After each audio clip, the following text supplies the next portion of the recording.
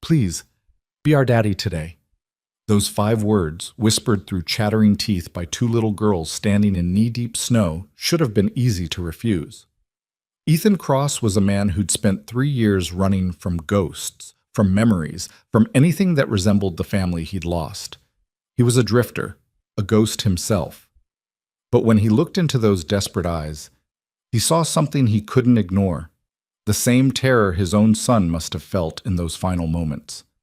This is the story of the plea that shattered a broken man's walls, the corruption that tried to bury the truth, and the family forged not by blood, but by an impossible choice. If you're watching from anywhere in the world, drop your city name in the comments below. I want to see how far this story travels. And if it moves you, hit that like button. Now, let's begin. The wind came down from the mountains like a living thing that morning, brutal and unforgiving, carrying with it the kind of cold that didn't just chill the body. It threatened to stop the heart altogether.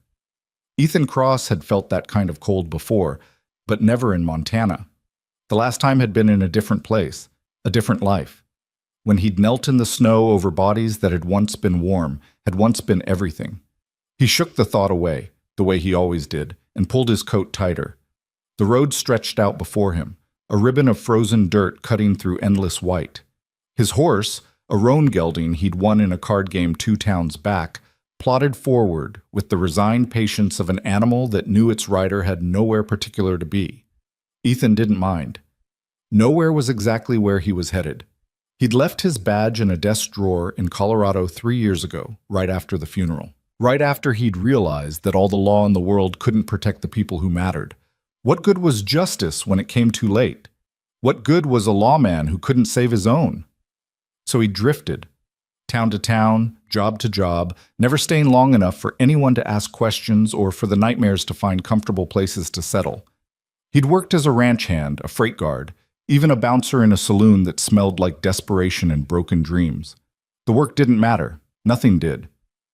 The town of Salvation Ridge appeared on the horizon like a cruel joke, a collection of weathered buildings huddled together against the cold, as if proximity alone could provide warmth. Ethan had no intention of stopping. Towns meant people, and people meant complications.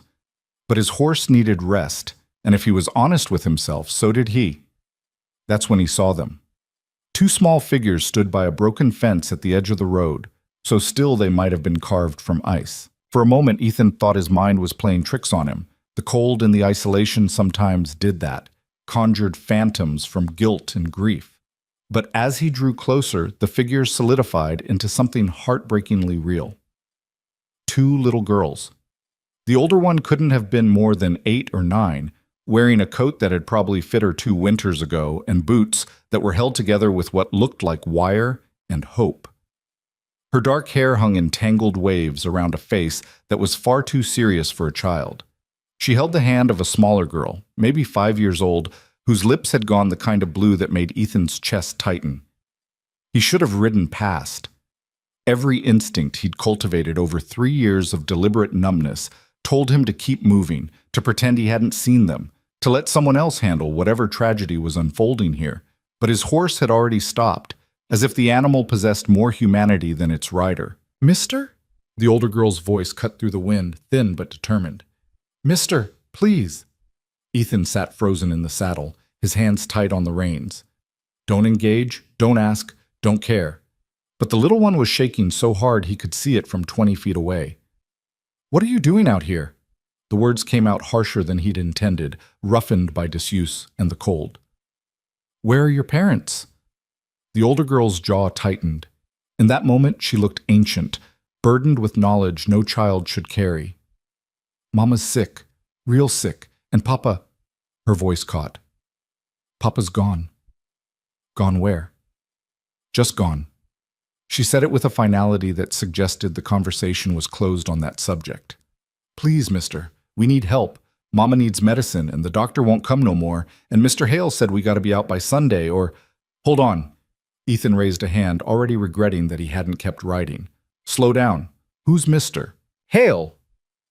But the little one had started crying, silent tears freezing on her cheeks, and the older girl pulled her closer with the fierce protectiveness of someone who'd already lost too much. "Please," the older girl said again, and this time her voice cracked. Just for today, please be our daddy today. The words hit Ethan like a physical blow. Be our daddy today. He wanted to laugh at the absurdity of it, at the cosmic cruelty of these children asking the one thing of the one man who was least equipped to give it. He wanted to tell them he'd already been a daddy once, and he'd failed so spectacularly that his son had died screaming. He wanted to wheel his horse around and disappear into the white wasteland behind him. Instead, he heard himself say, "What are your names?" The older girl's eyes widened with desperate hope. "I'm Lily. This is Emma. And Mama. Mama's name is Rachel. Rachel Miller." "And where is Rachel Miller?"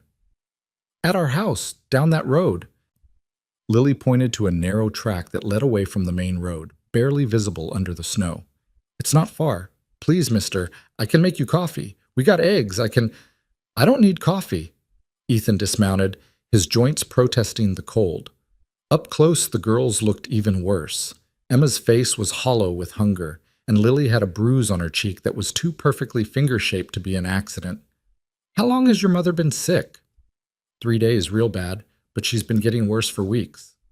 "And the doctor won't come?" Lily's expression darkened. "Not since Mr. Hale told him not to." There it was again. Hale. Ethan filed the name away, recognizing the pattern he'd seen in a dozen towns, some local power broker who ran things through fear and control. It was none of his business. These people were none of his business. But Emma had stopped crying and was looking up at him with eyes the color of a summer sky, and he found he couldn't quite make his feet carry him back to his horse. "Show me," he said quietly. Lily's face transformed. "You mean it? You'll help?" "I'll look at your mother. That's all I'm promising." It was more than he'd promised anyone in 3 years, and it felt like stepping off a cliff. The Miller house, if you could call it that, was a testament to hardship and decline. The roof sagged in the middle, several windows were stuffed with rags against the cold, and the whole structure listed slightly to one side as if considering whether to give up entirely.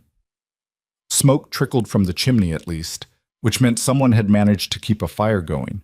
Lily led him inside, Emma still clutching her hand. The interior was barely warmer than outside, and the smell hit him immediately. Sickness, unwashed bodies, and the particular despair of poverty ground down to its final, desperate edge. A woman lay on a narrow bed in the corner, covered with every blanket and coat the family must have owned. Her face was flushed with fever, her breathing labored and wet-sounding.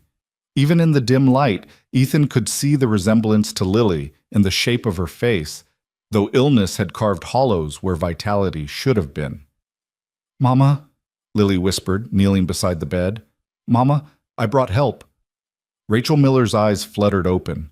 They were gray, Ethan noticed, the color of storm clouds, and even dulled by fever, they held an intelligence that assessed him in a single glance.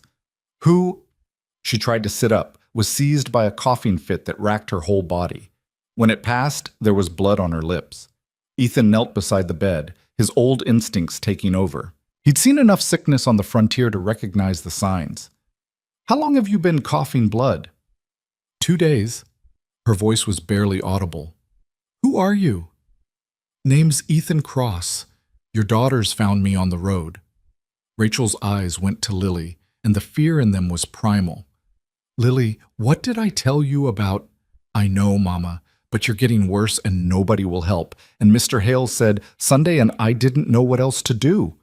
The words tumbled out in a rush, and Lily was crying now too. Ethan held up a hand.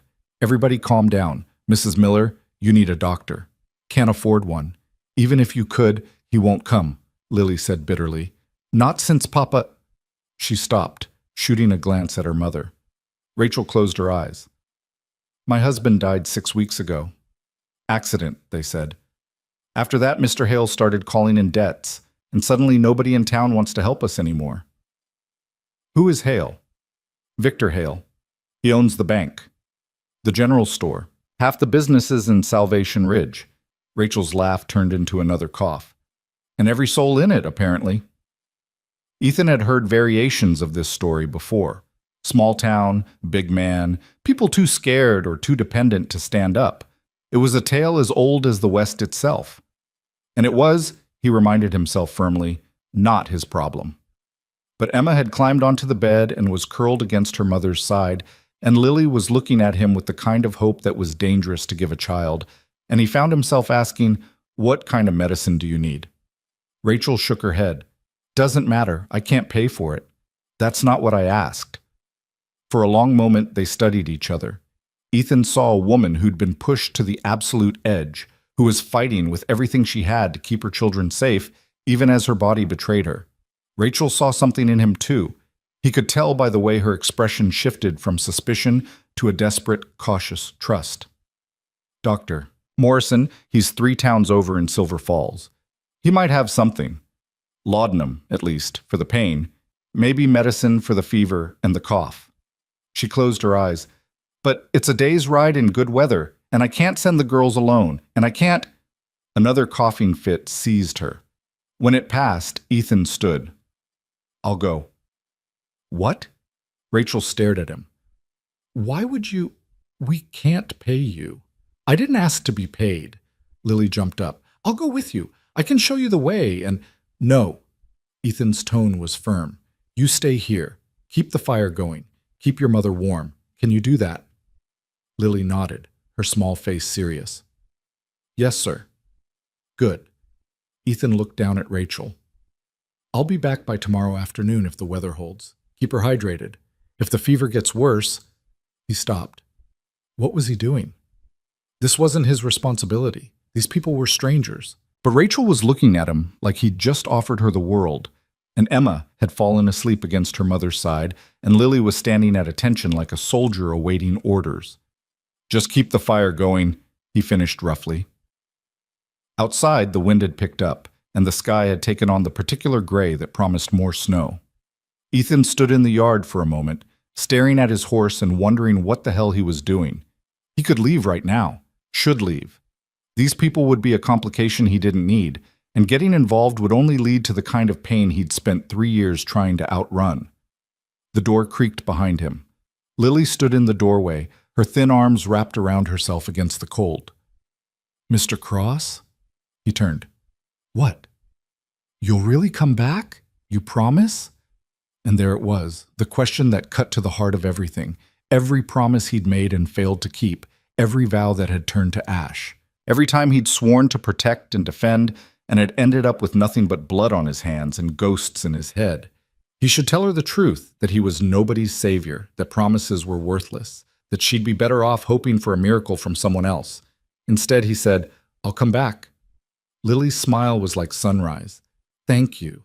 Thank you so much. You're like an angel." Ethan almost laughed. An angel, if she only knew.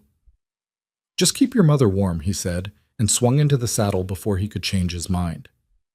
The ride to Silver Falls took longer than he'd hoped.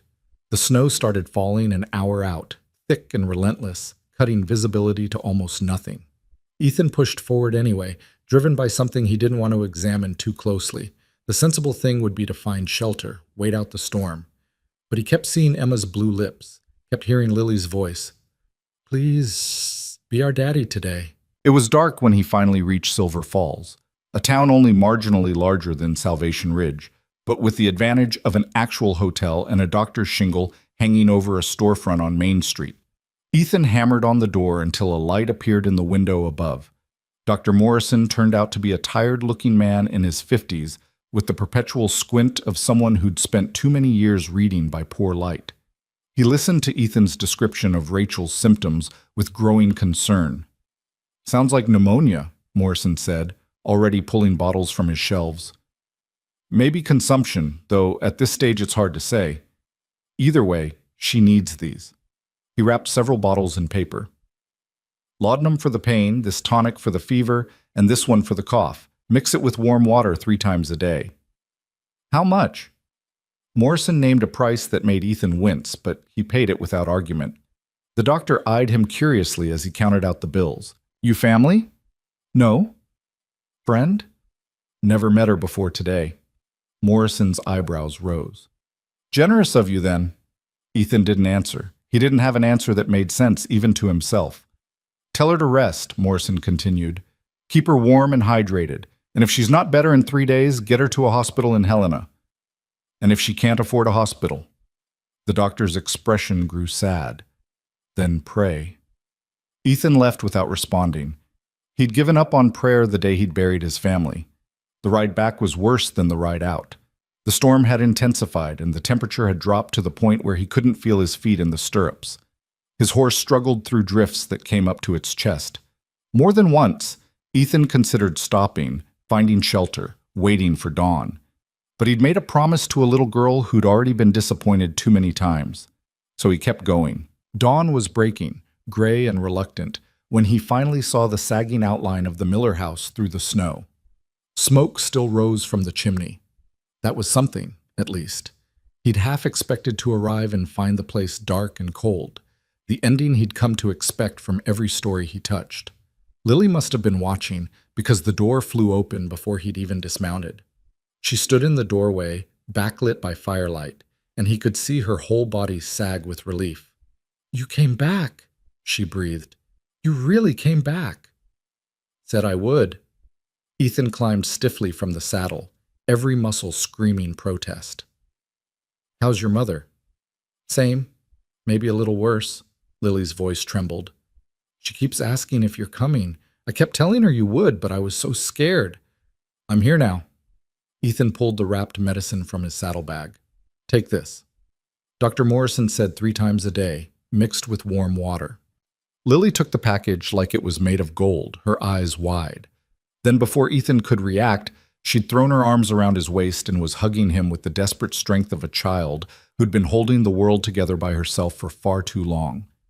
Ethan froze. He couldn't remember the last time someone had hugged him, couldn't remember the last time he'd allowed it. Every instinct screamed at him to pull away, to maintain the distance that kept him safe.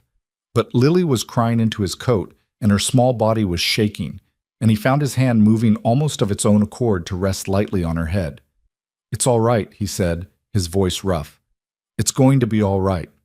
It was a lie, probably, but it was the kind of lie that people needed sometimes. Inside, the house was marginally warmer than before. Emma sat on the floor near the fire, playing with a faceless cloth doll. She looked up when Ethan entered and gave him a shy smile that hit him somewhere in the vicinity of his chest. Rachel was awake, propped up on pillows, looking somehow both better and worse than she had the day before. Her fever had broken, leaving her pale and shaking, but her eyes were clearer. "Mr. Cross," she said. "Lily said you went for medicine." "Yes, ma'am." He handed the package to Lily, who was already heating water. "Dr. Morrison says you need to rest, drink plenty of fluids." "I don't know how to thank you." "Don't need thanks." Rachel studied him with those storm-gray eyes. "Why are you doing this? For people you don't even know?" It was a fair question. Ethan wished he had a fair answer. "Your daughters asked for help," he said finally. "Seemed wrong to walk away." "Most people would have." "I'm not most people." The words came out more bitter than he'd intended. Rachel's expression softened. "No, I don't suppose you are." She paused, then asked quietly, "Will you stay? Just until I can get back on my feet? I can't pay you much, but no." The word came out too fast, too sharp. Lily flinched and Emma's smile faded. Ethan forced himself to soften his tone. "I mean, I can't. I don't stay places." "Just a few days," Rachel pressed. "Please, the girls need, I need." Another coughing fit seized her, and when it passed, there were tears in her eyes. Not from pain, Ethan realized, from fear, from the desperate knowledge that she was all her daughters had, and she was failing them. "There are things you should know," Rachel said when she could speak again. "About this town, about my husband, about why people won't help us. Not my business." "It might be if you stay." Ethan looked at Lily, who was preparing the medicine with careful concentration, at Emma, who'd returned to her play but kept shooting hopeful glances in his direction, at Rachel, who was fighting just to breathe but still trying to protect her children. He thought about his horse outside, saddled and ready, about the empty road stretching away in every direction, about the nothing he'd been heading toward for 3 years. 3 days? He heard himself say. "I'll stay 3 days. Make sure the medicine is working, then I'm gone." Lily's face lit up. Emma clapped her small hands. Rachel closed her eyes, and a single tear traced down her cheek. "Thank you," she whispered. Ethan turned away, ostensibly to tend to his horse, actually to escape the weight of their gratitude. 3 days. He could manage 3 days. It wasn't getting involved. It wasn't staying. It was just helping. For a little while. He told himself that right up until Sunday arrived. The trouble came with the church bells. Ethan had spent the past 2 days doing odd jobs around the house, fixing the roof, chopping wood, replacing broken window panes. Small things that needed doing and that Rachel couldn't do herself. The girls shadowed him constantly, Emma mostly silent, but watching everything with solemn eyes, Lily chattering to fill the quiet. He learned things. That their father had been named Thomas, and he'd worked at the bank before he died. That Lily's favorite color was yellow, because it reminded her of summer. That Emma hadn't spoken more than a few words since the day their father's body was brought home. That Rachel had been a school teacher before she married, and she still tried to teach the girls their letters when she had the strength. He learned other things too, darker things, from the way Rachel flinched at certain questions or the carefully neutral tone Lily used when speaking about her father's death. Thomas Miller hadn't died in an accident. Ethan would stake his badge, the one he'd left in a desk drawer 3 years ago, on that certainty. And whatever had really happened, Victor Hale was at the center of it. Not your business, he reminded himself constantly. 3 days. That's all. But Sunday morning, Victor Hale made it his business. The sound of horses drew Ethan outside.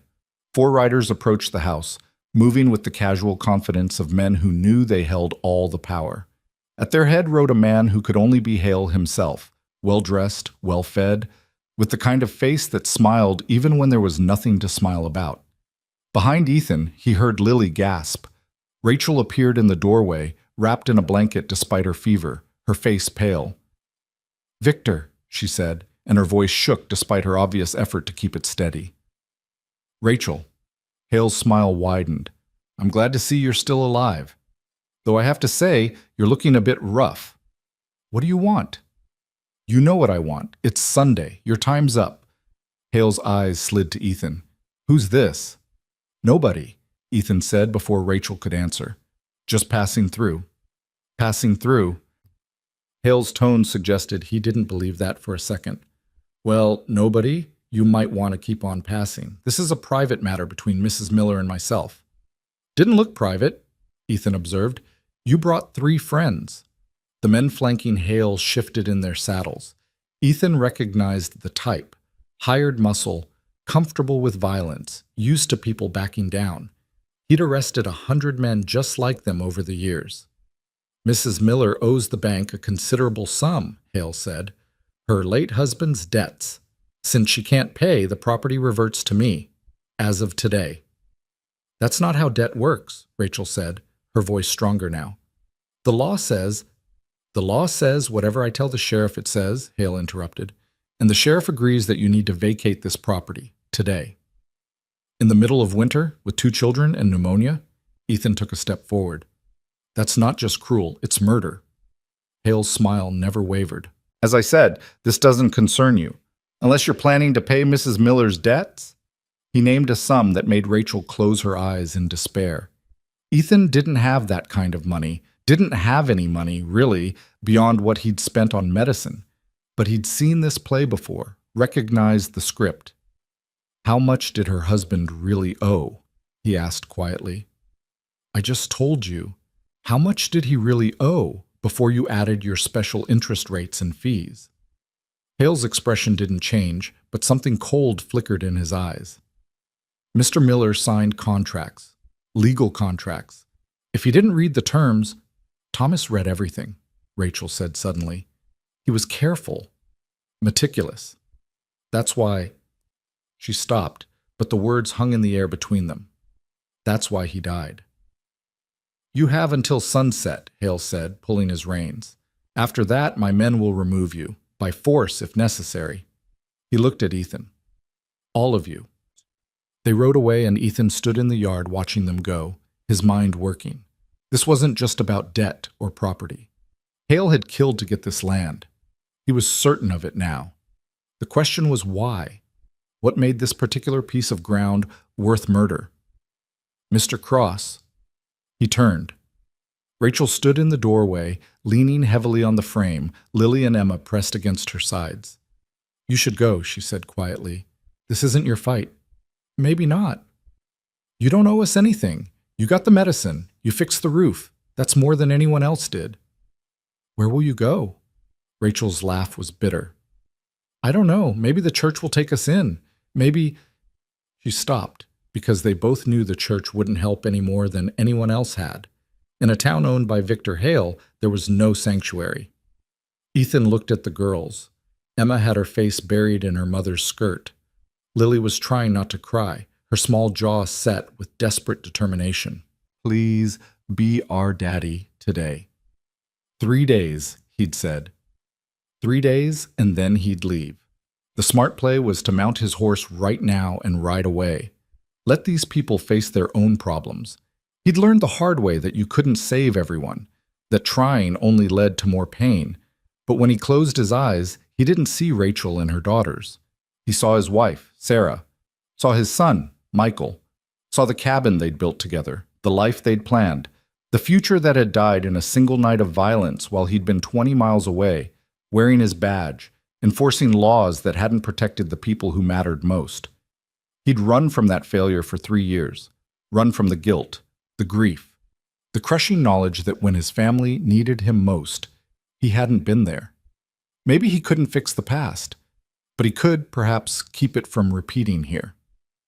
No, he said. Rachel blinked. No what? No, I'm not leaving. And no, you're not being thrown off this land. Ethan turned to face the house, his decision made. We have until sunset. That gives us about 8 hours. 8 hours to do what? Lily asked. Ethan looked down at her and saw hope warring with fear in her young face. He saw Emma peeking out from behind her mother's skirt. He saw Rachel, sick and exhausted and still fighting with everything she had. And he made a promise he knew he might not be able to keep. 8 hours to find out what your father knew. 8 hours to figure out why Hale wants this land badly enough to kill for it. And 8 hours to make sure that when those men come back, they find something they're not expecting. What's that? Rachel whispered. Ethan's smile was cold and sharp, the expression of a man who'd been a lawman long before he'd been a drifter, who'd seen 1,000 Victor Hales and knew exactly how they operated. Resistance. The first thing Ethan needed was information, and the only place to start was with what Thomas Miller had left behind. Rachel watched from the bed as he searched the small house, moving carefully through the few possessions the family owned. Lily hovered nearby, wringing her hands. Mama already looked, the girl said. After Papa died, she looked everywhere. I'm sure she did. Ethan pulled out a drawer, examined the underside. But sometimes people hide things in places that don't make sense to anyone but themselves. What are you looking for? Whatever your father found that got him killed. The bluntness of it made Lily flinch, but she didn't argue. She was too smart for her age, that girl. She knew the truth, even if the adults around her kept pretending otherwise. Rachel's voice came weak from the bed.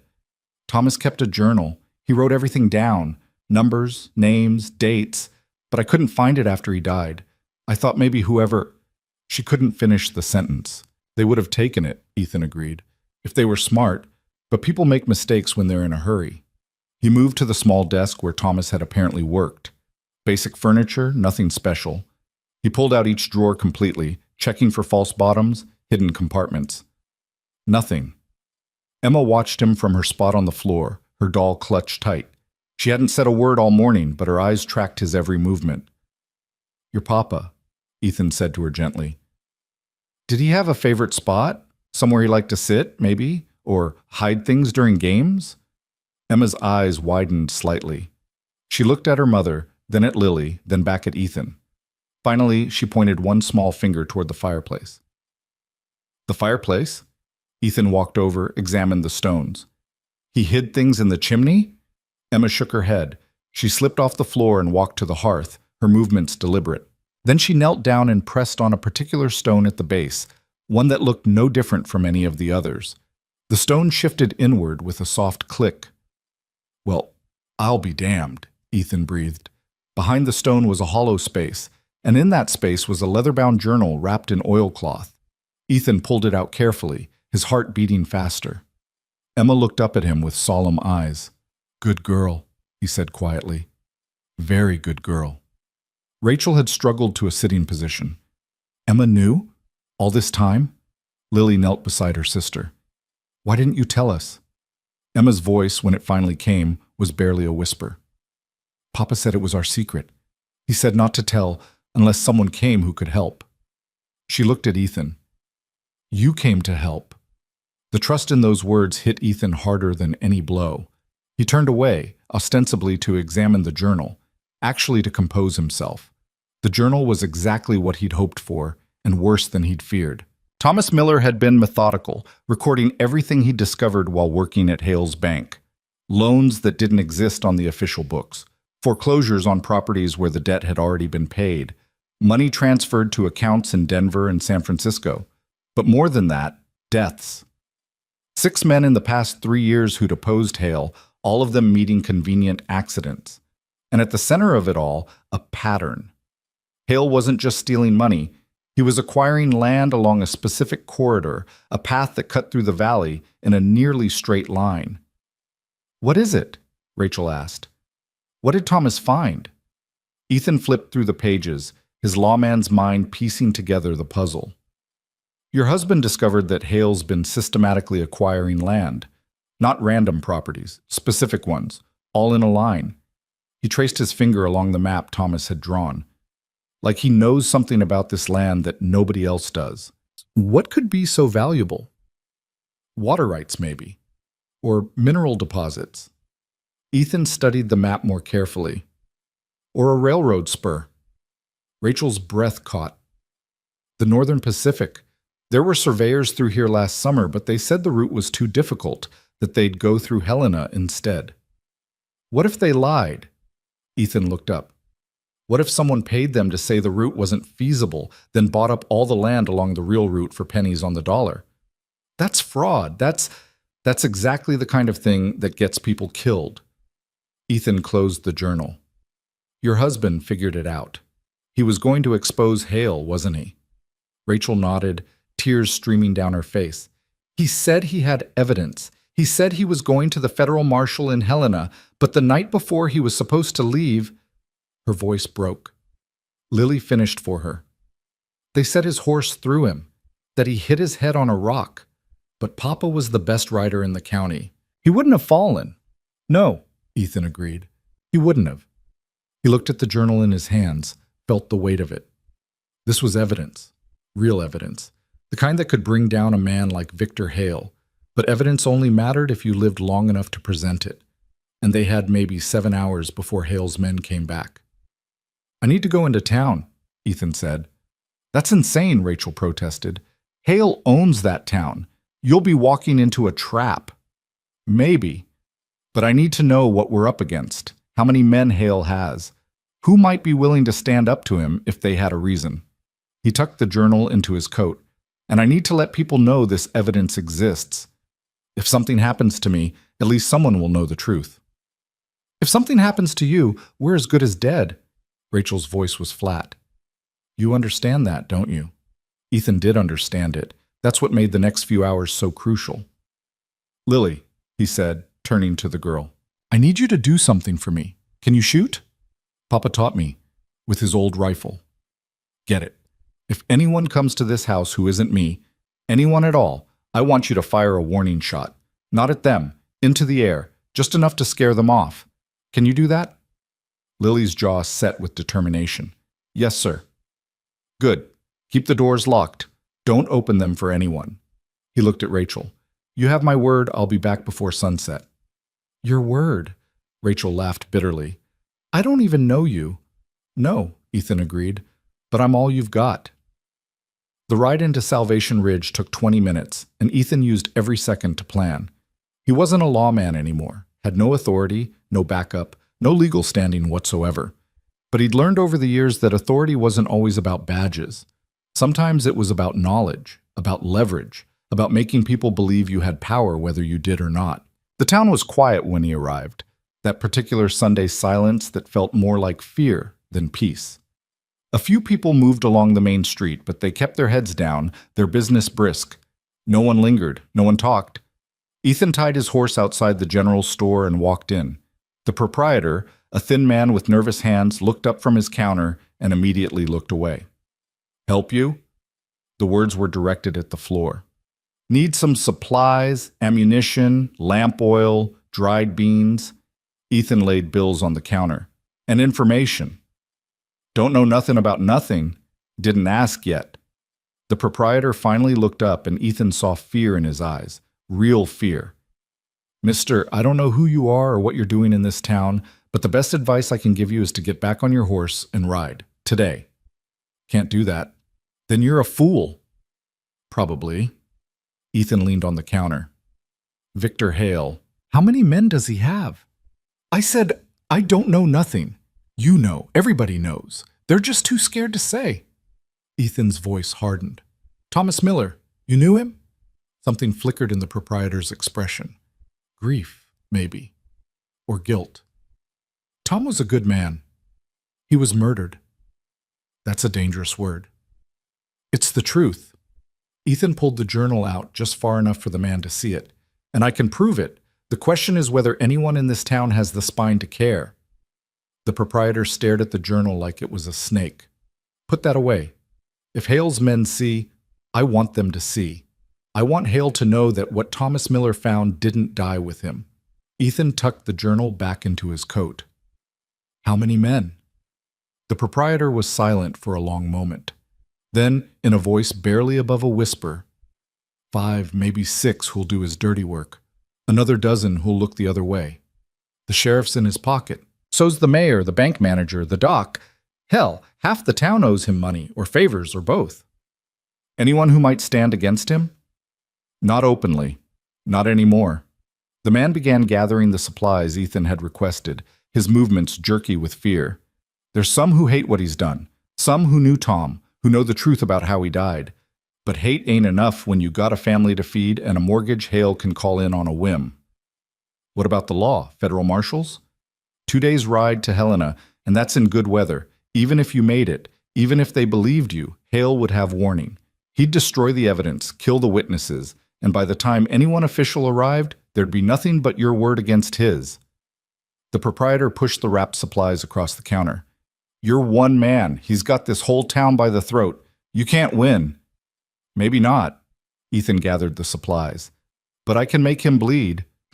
He was turning to leave when the proprietor said, "The church. If you're looking for people who might help, try Pastor Matthews. He's got no love for Hale, and he's one of the few men in town who doesn't owe the bank money." It wasn't much, but it was something. The church sat at the edge of town, a simple white building with a modest steeple. Ethan found the pastor in the cemetery behind it, tending to graves with careful attention. He was younger than Ethan expected, maybe 40, with the kind of weathered face that came from genuinely caring about people's burdens. "Pastor Matthews?" The man looked up. "That's me. Don't believe we've met." "Ethan Cross. I'm helping Rachel Miller." Something shifted in Matthews' expression, respect mixed with concern. "How is Rachel? I've tried to visit, but Victor Hale made it clear you shouldn't." Matthews' jaw tightened. "Mr. Hale suggested that my time might be better spent attending to my regular congregation. He also mentioned that the church's mortgage comes up for renewal next month." "And you believed him?" "I believed he'd foreclose on this building without a second thought." Matthews set down his gardening tools. "I'm ashamed to say I chose the church over the family. Told myself I could do more good here, help more people. But the truth is, I was scared." "You should be scared. Hale's killed 6 men that we know of." Matthews closed his eyes. "I know. Tom came to me before he died. Told me what he'd found. I told him to take it to the authorities, to not try to be a hero." His voice broke. "I should have done more. Should have stood with him. You can stand now." Ethan pulled out the journal. Thomas kept records. Everything Hale's done, everyone he's hurt, all the evidence we'd need to bring him down. But I can't get it to the federal marshals alone. And Rachel and her girls are going to be thrown off their land in, he checked the sun's position, about 6 hours unless something changes. "What are you asking me to do?" Ring the church bell. Call a town meeting. Let people see this evidence. Matthews stared at him. That's suicide. Hale will kill you. Kill me. Probably kill Rachel and her children just to make a point. Maybe. But what's the alternative? Let him keep doing this? Let him own this whole town, every soul in it, until there's nothing left but fear? Ethan's voice was hard. You wanted to do more. Here's your chance. For a long moment, Matthews was silent. Ethan could see the war playing out behind his eyes. Duty versus survival, faith versus fear. Then the pastor looked down at the graves he'd been tending. Jim Carpenter, he said, pointing to one, opposed Hale's acquisition of the water rights, drowned in what they called a fishing accident. He moved to another grave. Sarah Chen. Her husband refused to sell his land. She was killed in a fire they blamed on a knocked-over lamp. Another grave. These are Tom Miller's parents. They died within a month of each other after Tom started asking questions at the bank. Heart failure, the doctor said. Matthews looked up, and there were tears in his eyes. How many more graves before someone stands up? That's what I'm asking. The pastor took a deep breath. Then he walked toward the church. Give me an hour to spread the word. I'll ring the bell at 4 o'clock. That gives you 2 hours before Hale's deadline. Will people come? Some will. The ones who've lost family, lost property, lost hope. Whether it's enough, Matthews shrugged. I guess we'll find out. Ethan spent the next hour preparing. He bought more ammunition from the general store, along with lamp oil and anything else that might be useful. The proprietor didn't ask questions, just filled the order with shaking hands. Word was already spreading, Ethan could tell. People watched him from windows. Conversation stopped when he passed. By the time the church bell began to ring, a crowd had gathered. Not the whole town, nowhere near it, but maybe 30 or 40 people. Men and women who looked worn down by fear, but not quite broken. People who'd lost something to Victor Hale and were tired of losing. Ethan stood on the church steps, the journal in his hands. Pastor Matthews stood beside him. Lily had insisted on coming despite Ethan's protests, leaving Emma with Rachel. The girl stood at his other side, her small face fierce with determination. Most of you don't know me, Ethan began. Name's Ethan Cross. I used to be a federal lawman, though I gave that up some years back. I came to this town by accident and I'm leaving soon. But before I go, there's something you all need to know. He held up the journal. Thomas Miller was murdered 6 weeks ago. Not because he fell from his horse. Not because of any accident. He was killed because he discovered what Victor Hale has been doing to this town. Murmurs rippled through the crowd. Ethan saw fear, anger, and something that might have been hope. For 3 years, Hale has been acquiring land along a specific route. He's done it through fraud, through manipulation, through calling in debts that don't exist, and foreclosing on properties that should never have been taken. He's done it through intimidation and violence. Ethan's voice rang out clear and hard. And he's done it through murder. A man in the crowd shouted, "You got proof of that?" "I do." Ethan opened the journal, began reading. Names, dates, amounts. Every shady deal, every fraudulent loan, every suspicious death. Thomas Miller had been thorough, had documented everything with the precision of a man who knew he was building a case. The crowd grew silent as Ethan read. He saw faces change, saw the moment when fear began to transform into anger, saw people recognize the pattern, see their own losses as part of a larger crime. The Northern Pacific Railroad is coming through this valley, Ethan continued, not through Helena like they claimed, but right through here. Hale knew. He bribed the surveyors to lie, then bought up all the land along the route for a fraction of its worth. When the railroad comes through, he'll make millions, all of it built on theft and murder. "What do you expect us to do about it?" a woman called out. "Hale owns the sheriff, owns the bank. He's got armed men." "I expect you to decide whether you're going to keep living in fear or whether you're going to take your town back." Ethan's voice was hard. "In about an hour, Hale's men are going to try to throw Rachel Miller and her daughters off their land, the last piece of property Hale needs to complete his holdings. I'm going to stop them. The question is whether I'm doing it alone." The crowd erupted in nervous conversation. Ethan saw people arguing, saw fear warring with anger. Matthews stepped forward. "I'm standing with him," the pastor said. I failed Tom Miller. I won't fail his family. For a moment, nobody moved. Then an old man near the front stepped forward. Ethan recognized him from the general store. My son died in one of Hale's accidents, the old man said. I'm in.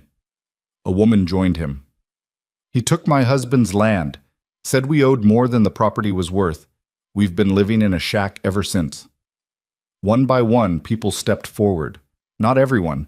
Maybe half the crowd stayed back, too afraid or too beaten down to risk what little they had left. But the ones who stepped forward had fire in their eyes. We need weapons, someone said. And a plan, added another. Ethan was about to respond when he heard the sound of hoofbeats. A lot of them. The crowd turned as a group of riders appeared on the main street. 8 men, all armed, led by Victor Hale himself. Hale reined in his horse at the edge of the crowd. His smile was gone, replaced by something cold and dangerous. Well, he said, quite the gathering. Pastor Matthews, I'm surprised at you and disappointed. The disappointment's mutual, Matthews replied. Hale's eyes found Ethan. You're making a mistake, friend, a very expensive mistake. The only mistake was thinking you'd get away with it forever. Ethan held up the journal. It's over, Hale. Everyone here knows what you've done. This evidence is going to the federal marshals in Helena, along with testimony from everyone you've hurt. Is that right? Hale's smile returned, but there was nothing pleasant about it. And who exactly is going to deliver it? You? You'll never make it out of town. I'll have my men hunt you down before you get 5 miles. Maybe, but it won't matter. Ethan's voice was calm. Because I'm not the only one who's read it. Pastor Matthews has read it. Mrs. Chen over there has read it. Half this crowd has seen it. You can kill me, but you can't kill everyone. And the moment you try, the moment you prove through violence what we all already know, this whole thing falls apart. For the first time, Ethan saw uncertainty in Hale's expression. The man was used to controlling situations through fear, but fear only worked when people were isolated, when they believed they were alone. A crowd was different. A crowd could become a mob, and mobs were unpredictable. You're bluffing, Hale said, but his voice lacked conviction. Try me. The 2 men stared at each other, and Ethan could see Hale calculating odds, weighing options. The banker was smart enough to know that gunning down a crowd in broad daylight in front of witnesses was different from arranging accidents in the dark. Finally, Hale said, Fine. You want to play this out? Let's play. But understand something. By sundown, Rachel Miller is off that land. That's not negotiable. If she's not gone voluntarily, my men will remove her. And if you or anyone else interferes, well, he smiled. Accidents happen. They do, Ethan agreed. Thomas Miller had an accident. Jim Carpenter had an accident. Sarah Chen had an accident. Funny how all these accidents happen to people who get in your way. Hale's expression darkened. Careful, friend. I'm not your friend, and I'm not careful. Ethan took a step forward. Here's what's going to happen. You're going to leave Rachel Miller alone. You're going to forgive whatever imaginary debt you claim she owes, and you're going to stop using fear to control this town. Or what? Or this journal goes to Helena, along with testimony from everyone here, and you spend the rest of your life in federal prison. Hale actually laughed at that. You think the law cares about a few dead farmers and some questionable loans? You think anyone in Helena gives a damn about what happens in Salvation Ridge? I think the railroad company will care when they find out their survey was fraudulent. I think the territorial governor will care when he finds out about the bribery and corruption. And I think the newspapers will care about a story of a small town standing up to a murderous banker. Ethan's voice was hard as iron. You've kept power by keeping people isolated and afraid. But the moment the light shines on what you've done, the moment people realize they're not alone, your power disappears. For a long moment, silence hung over the street. Hale's men shifted nervously, hands near their weapons but uncertain. The townspeople watched, barely breathing. Then Hale spoke, and his voice was soft and deadly. You've made your choice then. All of you. Remember that when the consequences come. He yanked his horse's reins. Sundown, Mr. Cross. We'll see how brave you are when bullets start flying. The riders wheeled and galloped away, leaving dust and tension in their wake. The crowd erupted in anxious conversation. Some people were already backing away, fear reasserting itself now that the moment had passed. "What have we done?" someone asked. "He'll destroy us all." "He was destroying you already," Ethan said, "just slowly enough that you didn't notice." He looked at Matthews. "I need to get back to the Miller place. Make sure Rachel and the girls are safe." "I'm coming with you," the pastor said. "Me too," said the old man whose son had died. One by one, about a dozen people volunteered. Not an army, but it was something. Ethan divided them into groups, some to watch the roads, some to spread word to neighboring towns, some to ride toward Helena with copies of the journal's most damning pages. By the time he made it back to the Miller house, the sun was low in the sky, maybe an hour until sunset. Rachel met him at the door, Emma clinging to her skirt. "We heard the church bell," she said. "What happened?" Ethan told her. About the meeting, about Hale's threats, about the townspeople who'd finally found the courage to stand. Rachel listened, her face pale. "He'll come," she said when Ethan finished. "He'll come with all his men, and people will die, and it'll be my fault." "It's not your fault. It's his." Ethan checked the rifle Lily had retrieved from its hiding place. "Your husband started this fight because it was the right thing to do. I'm finishing it for the same reason. You barely know us. Doesn't matter." "Why?" Rachel's voice broke. "Why are you doing this?" "Really?" Ethan was quiet for a moment. Then he said, "Because 3 years ago, I wasn't there when my family needed me. I was 20 miles away, wearing a badge, enforcing laws that didn't save them. I've been running from that failure ever since." He looked at her, then at Lily and Emma. "Maybe I can't fix what happened to them, but I can make sure it doesn't happen to you." Rachel's eyes filled with tears. "That's not your burden to carry." "Maybe not, but I'm carrying it anyway." The sun was touching the horizon when they heard the horses. A lot of horses. Ethan positioned himself at the window, rifle ready. Behind him, Lily held Emma close. Rachel had insisted on being out of bed, pale and shaking, but determined to face whatever came. But when the riders appeared, it wasn't what Ethan had expected. Victor Hale led the group, that much was predictable. But behind him weren't just his usual hired guns. There were more men, many more. At least 20 riders, all armed. And at the rear, bound and bloody, was Pastor Matthews. Ethan's grip tightened on the rifle as he watched the riders approach through the gathering dusk. Pastor Matthews sagged in his saddle, his face swollen and bloodied, hands bound behind his back. The message was clear. This is what happens to those who stand against Victor Hale. "Stay back from the windows," Ethan said quietly to Rachel and the girls. His voice was calm, but his mind was racing, calculating odds that kept getting worse. 20 armed men against one former lawman, a sick woman, and 2 children. The math didn't work. Hale raised his hand and the riders stopped about 30 yards from the house, spreading out in a loose semicircle that blocked any escape route. The banker sat tall in his saddle, his expensive coat and hat incongruous with the violence radiating from the men around him.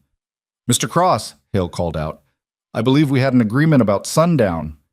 Ethan stepped onto the porch, rifle held loosely but ready. "We didn't have an agreement. You made a threat. There's a difference." "Semantics," Hale gestured to Matthews. "The good pastor here tried to spread sedition through my town, tried to turn good people against their benefactor. I'm afraid that required correction." "You mean you beat a man of the cloth because he told the truth?" "I mean, I reminded him of his place." Hale's smile was cold. "Just as I'm about to remind you of yours. You're a drifter, Mr. Cross. Nobody. You have no authority here, no standing, no right to interfere in business that doesn't concern you. Murder concerns me. Theft concerns me. Corruption concerns me." Big words from a man who gave up his badge. Hale leaned forward in his saddle. "Oh, yes? I made some inquiries about you this afternoon. Ethan Cross, former deputy marshal, resigned his position 3 years ago after some personal tragedy. Been drifting ever since, drinking away his guilt in towns he can barely remember. Did I miss anything?" Ethan felt the words like punches, but kept his expression neutral. "You missed the part where I'm still a better man than you'll ever be." "Perhaps, but better men don't win. Smart men win. Ruthless men win." Hale gestured to his riders. and men with superior numbers win. You have one rifle and a dying woman. I have 20 armed men and all the time in the world. How do you imagine this ends? With you in chains or in a grave? I'm flexible on which." Hale actually laughed. "You've got spine, I'll give you that. But spine doesn't stop bullets." His expression hardened. "Final offer. Walk away right now. Leave Montana, never come back, and I'll let you live. The woman and her brats can find shelter elsewhere. I'm not unreasonable. No, you're just a killer and a thief hiding behind respectability. Last chance, Cross. Go to hell." Hale's smile vanished. He nodded to one of his men who raised a rifle and fired. The bullet slammed into the porch railing inches from Ethan's head, sending splinters flying. Emma screamed inside the house. "Next one goes through your chest unless you—" The crack of a rifle cut him off. One of Hale's men jerked in his saddle and fell, clutching his shoulder. The shot had come from behind them, from the road leading back to town. Ethan's heart leaped as he saw figures emerging from the twilight. A dozen at first, then more. Men and women on foot and horseback, many carrying weapons. The old man from the general store was there, along with the woman whose husband had lost his land. Other faces Ethan recognized from the town meeting, and some he didn't. At their head, limping but determined, was the proprietor from the general store, holding a shotgun like he knew how to use it. "You're done, Hale," the proprietor called out. "We're done being afraid of you." Hale wheeled his horse, his face contorted with rage. "You fools! I'll destroy every one of you. I'll call in every debt, foreclose on every property." "You'll do nothing," a new voice interrupted. This one came from the opposite direction, and Ethan turned to see more riders approaching. But these weren't townspeople. They wore badges.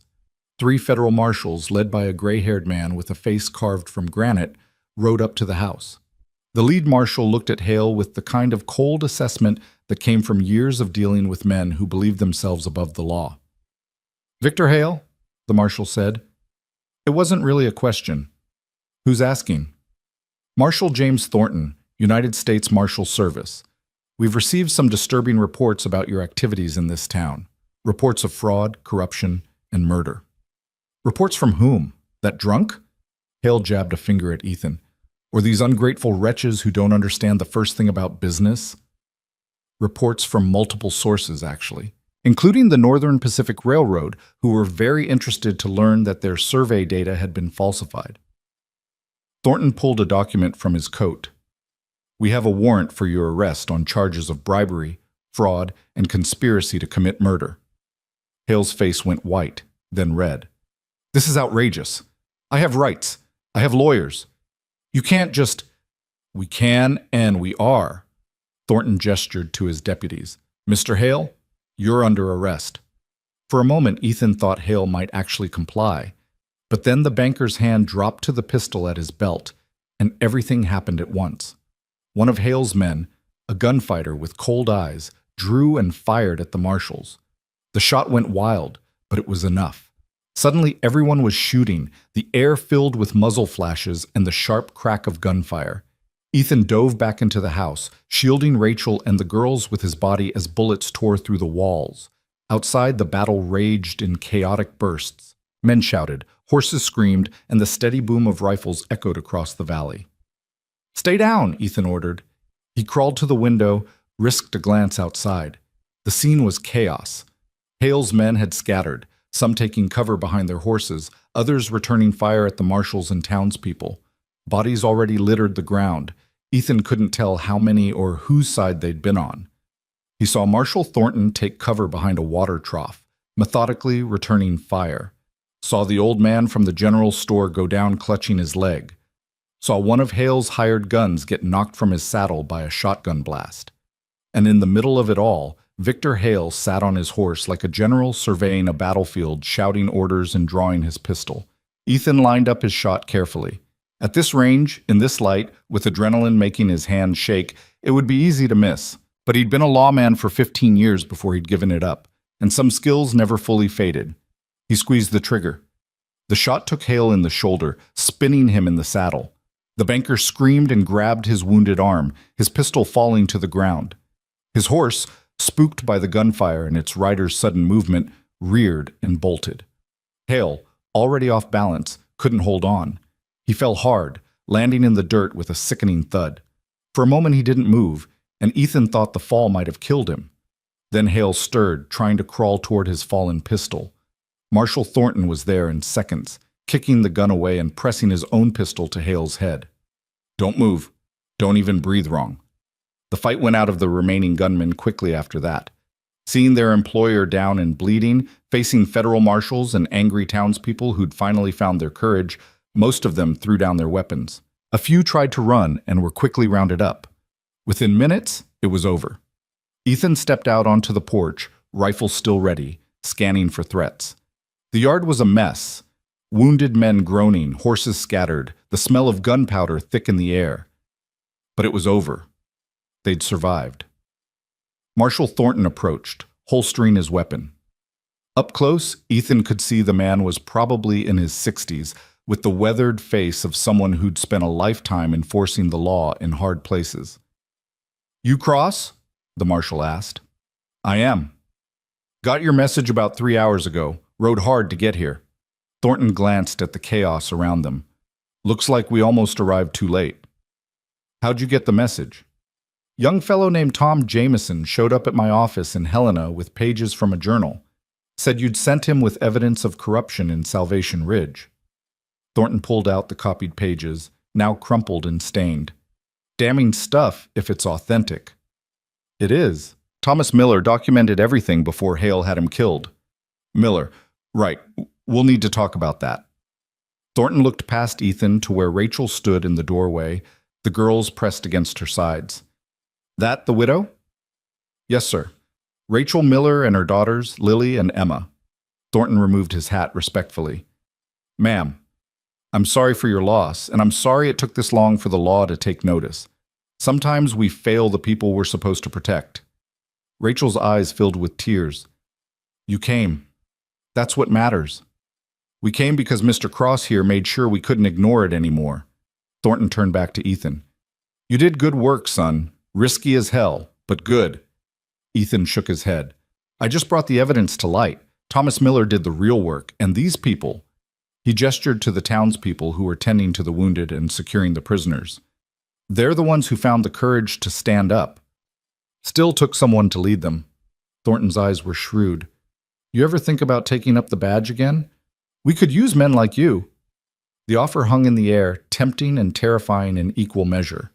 3 years ago, Ethan would have said yes without hesitation. But that was before. Before he'd lost everything. Before he'd learned that badges and oaths couldn't protect the people who mattered most. "I don't know, he said honestly. I gave it up for a reason." "Reasons change. Think about it." Thornton replaced his hat. "Right now, though, we've got a crime scene to process and prisoners to transport. You'll need to give a full statement, probably testify at trial." "I'll do whatever's needed." The next hours passed in a blur of activity. The wounded were treated, 3 townspeople with minor injuries, 2 of Hale's men with serious ones, and Pastor Matthews, who turned out to have a concussion and several broken ribs but was otherwise stable. The dead were counted, 4 of Hale's gunmen and heartbreakingly 1 townsperson, a young man who'd been shot defending his neighbors. Hale himself was barely conscious, his shoulder wound serious enough that the marshals had to send for the doctor from Silver Falls. While they waited, Thornton and his deputies began taking statements, building a case that would ensure Hale never saw freedom again. Ethan found himself sitting on the Miller house porch as full darkness fell, suddenly exhausted. The adrenaline was wearing off, leaving him shaky and aware of how close they'd all come to dying. If the marshals had arrived 5 minutes later, if the townspeople hadn't found their courage, if any of a dozen small moments had gone differently. "Mr. Cross?" He looked up. Emma stood in front of him, her doll clutched tight, her small face serious. She studied him for a long moment, then carefully climbed onto the porch and sat beside him, not quite touching, but close. For a while they sat in silence, watching the activity in the yard. Then Emma's small hand found his, her fingers cold and fragile. "Thank you," she whispered, "for being our daddy today." The words broke something in Ethan's chest, some wall he'd built to keep the pain contained. He found himself crying, silent tears that ran down his face, unchecked, 3 years of grief finally finding release. Emma didn't pull away. She just sat there, holding his hand, a small anchor in the storm of his emotions. Eventually, Rachel came out and found them like that. She sat on Ethan's other side, her own exhaustion evident in every movement. "Marshall Thornton says we can stay," she said quietly. "Says the property is legally ours, that all of Hale's foreclosures will be reviewed. We won't have to leave." "That's good. Lily's putting Emma to bed. She wanted me to tell you good night." Ethan nodded, not trusting his voice. Rachel was quiet for a moment. Then she said, "You're planning to leave, aren't you, when all this is done?" "I don't know." It was the truth. He honestly didn't know anymore. "You don't have to, you know. Leave, I mean." Rachel's voice was soft. "There's work here. The ranch needs fixing up, and with Hale gone, the town will need rebuilding. We could use someone like you." Someone broken and running from ghosts? Someone strong enough to stand when everyone else wanted to run.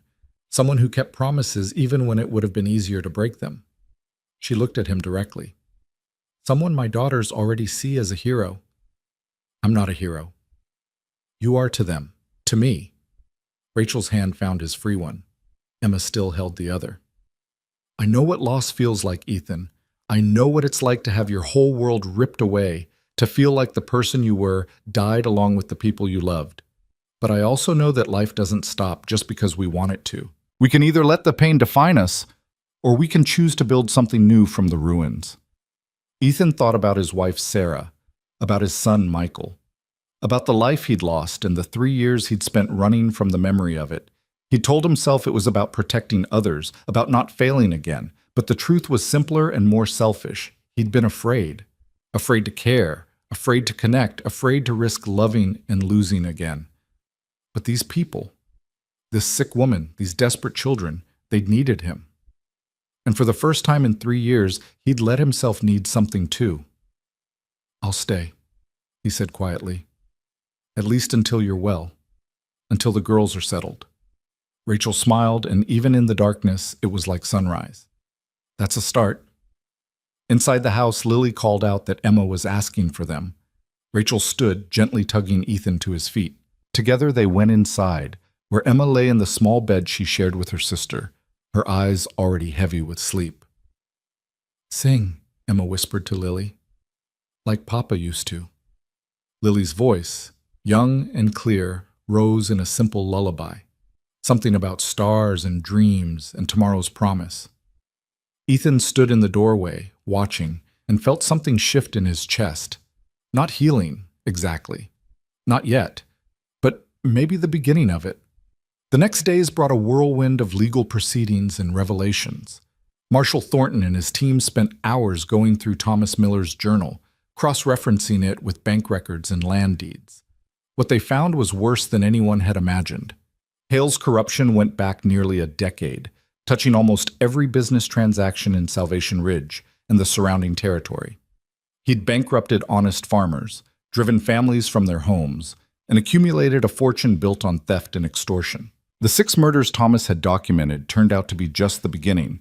Evidence suggested at least a dozen deaths could be attributed directly or indirectly to Hale's schemes.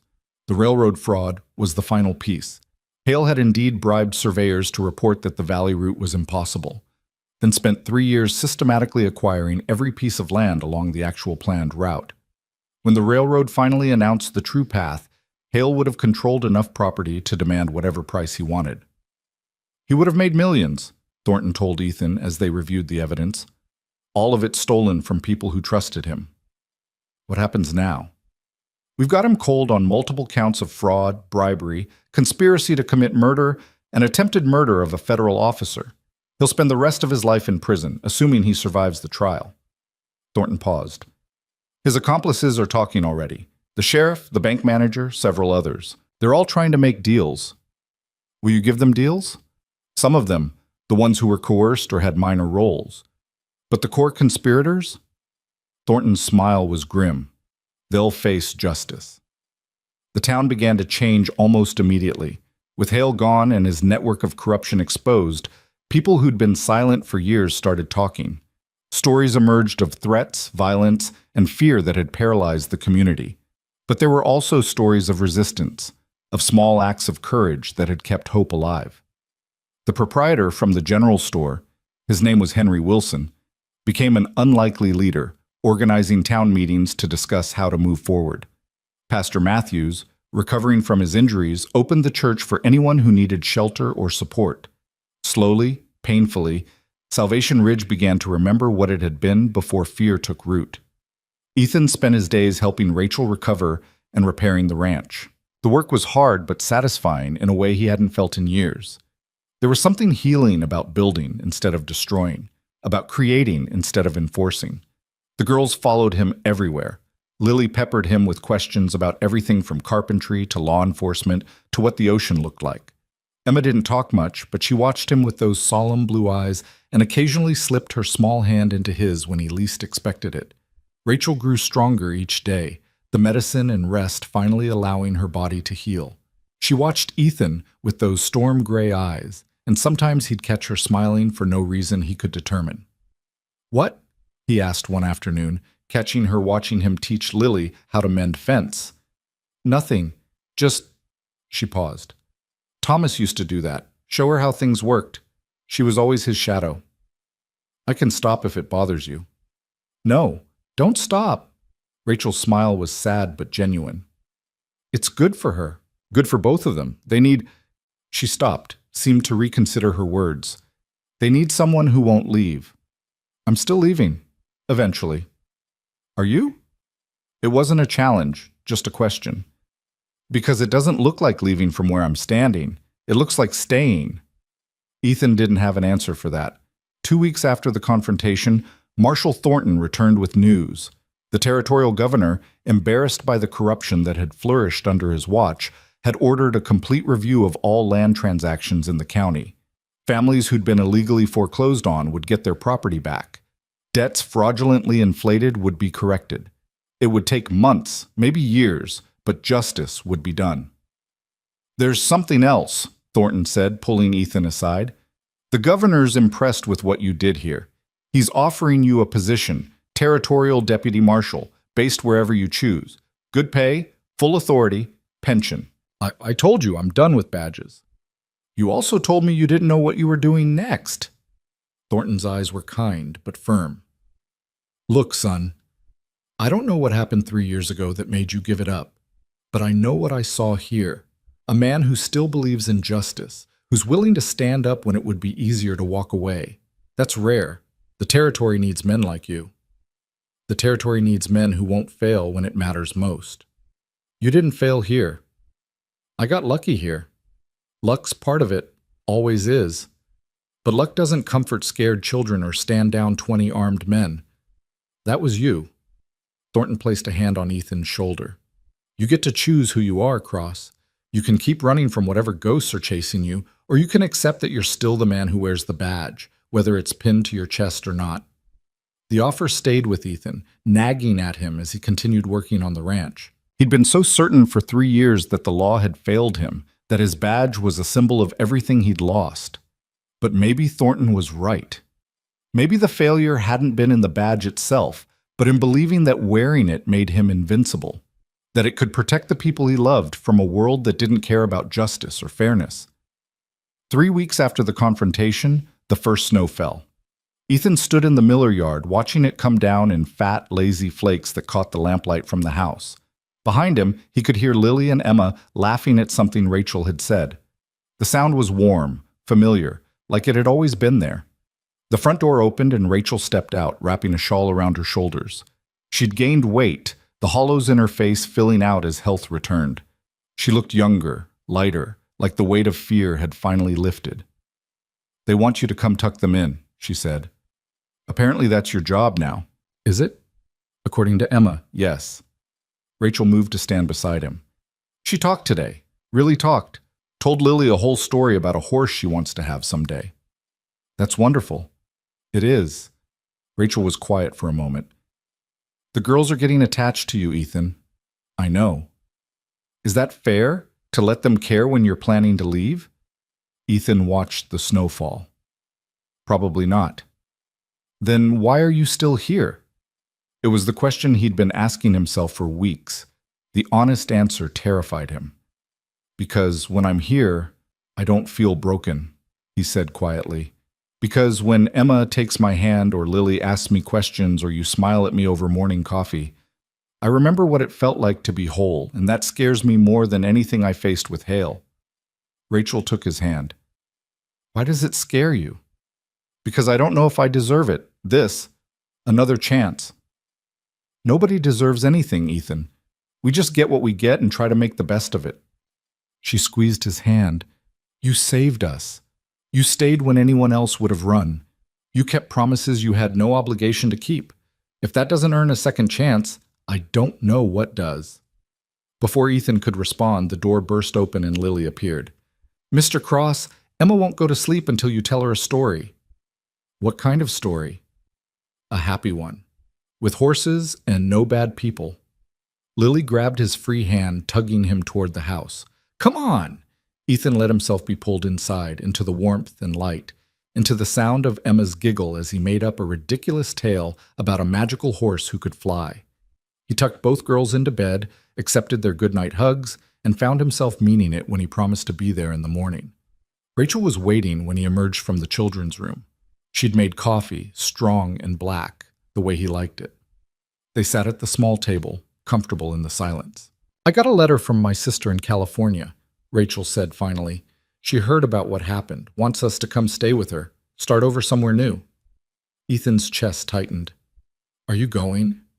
"I don't know. Part of me wants to run away from this place and everything that happened here, but another part—" She looked around the small, patched house. "Thomas and I built this. We dreamed here. The girls were born here. Running feels like letting Hale win, even though he's sitting in a jail cell." "What do the girls want?" "They want to stay. Lily said this is home. Emma just asked if you'd still visit if we left."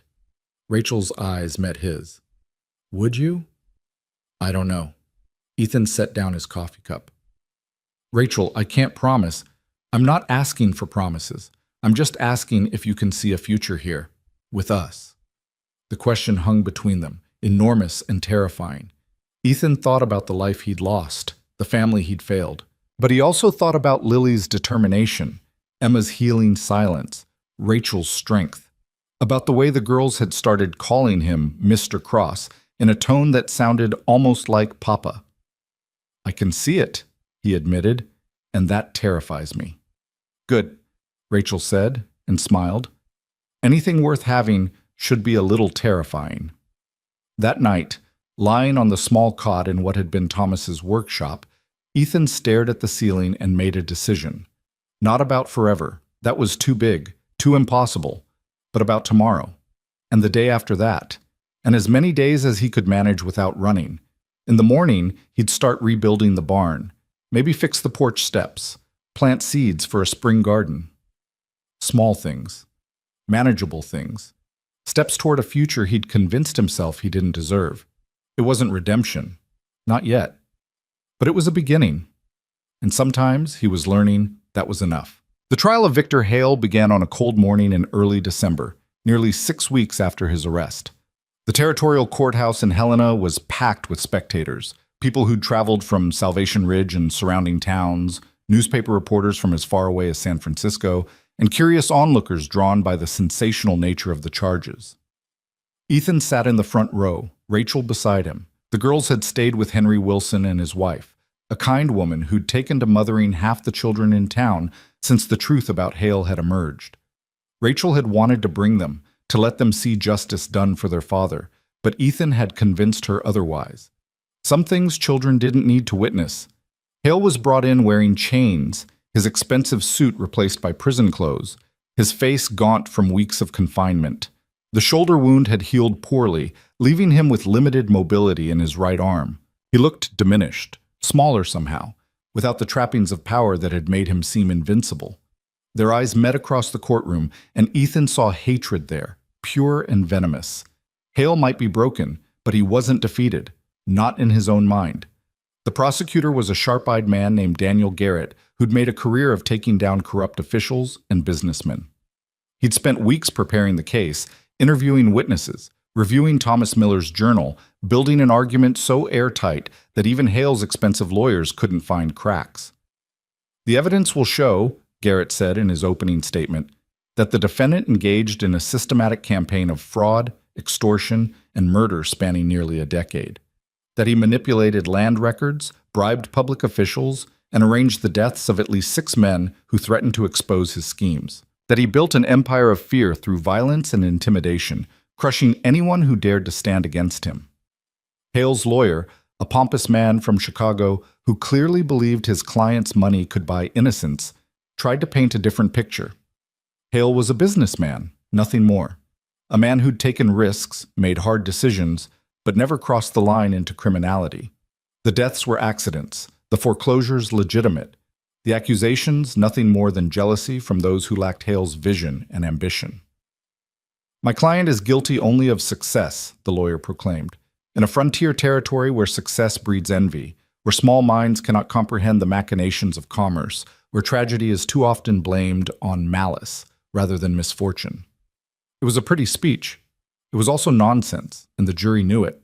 The prosecution's case was methodical and devastating. Garrett called witness after witness, each one adding another piece to the puzzle. The railroad surveyor who admitted accepting bribes to falsify his report. The former bank clerk who testified about ledgers kept off the books. The widow whose husband had died in a convenient accident after refusing to sell his land. Rachel testified on the 3rd day. Ethan watched her walk to the stand, straight back despite her nerves, and felt a surge of pride. She was so much stronger than she'd been 2 months ago, the sickness that had nearly killed her replaced by a quiet determination. "Mrs. Miller," Garrett said gently, "please tell the court about your husband's final days." Rachel's voice was steady as she described Thomas's growing concern about irregularities at the bank, his decision to investigate, his discovery of the fraud. She told them about the journal he'd kept, the evidence he'd gathered, his plan to take it to the federal marshals. "And what happened the night before he planned to leave for Helena?" Garrett asked. "He died." Rachel's hands gripped the rail of the witness box. "They said his horse threw him, that he hit his head, but Thomas was an expert rider. He'd grown up on a ranch, could handle any horse, and his saddle—" Her voice caught. "His saddle had been cut. The girth strap was nearly severed. I found it later, hidden in the barn." Hale's lawyer objected, claiming the evidence was hearsay, but the judge overruled him. The saddle had been recovered and examined by experts who confirmed the cut was deliberate, not wear and tear. "Did the defendant ever threaten your husband?" Garrett continued. "Not directly. But Thomas told me that Mr. Hale had warned him about asking too many questions, said accidents happened to people who didn't mind their own business." Rachel looked directly at Hale. 3 days later, my husband was dead." When Ethan took the stand the following day, he carried Thomas Miller's journal. Garrett had him authenticate it, explain how he'd found it, describe what it contained.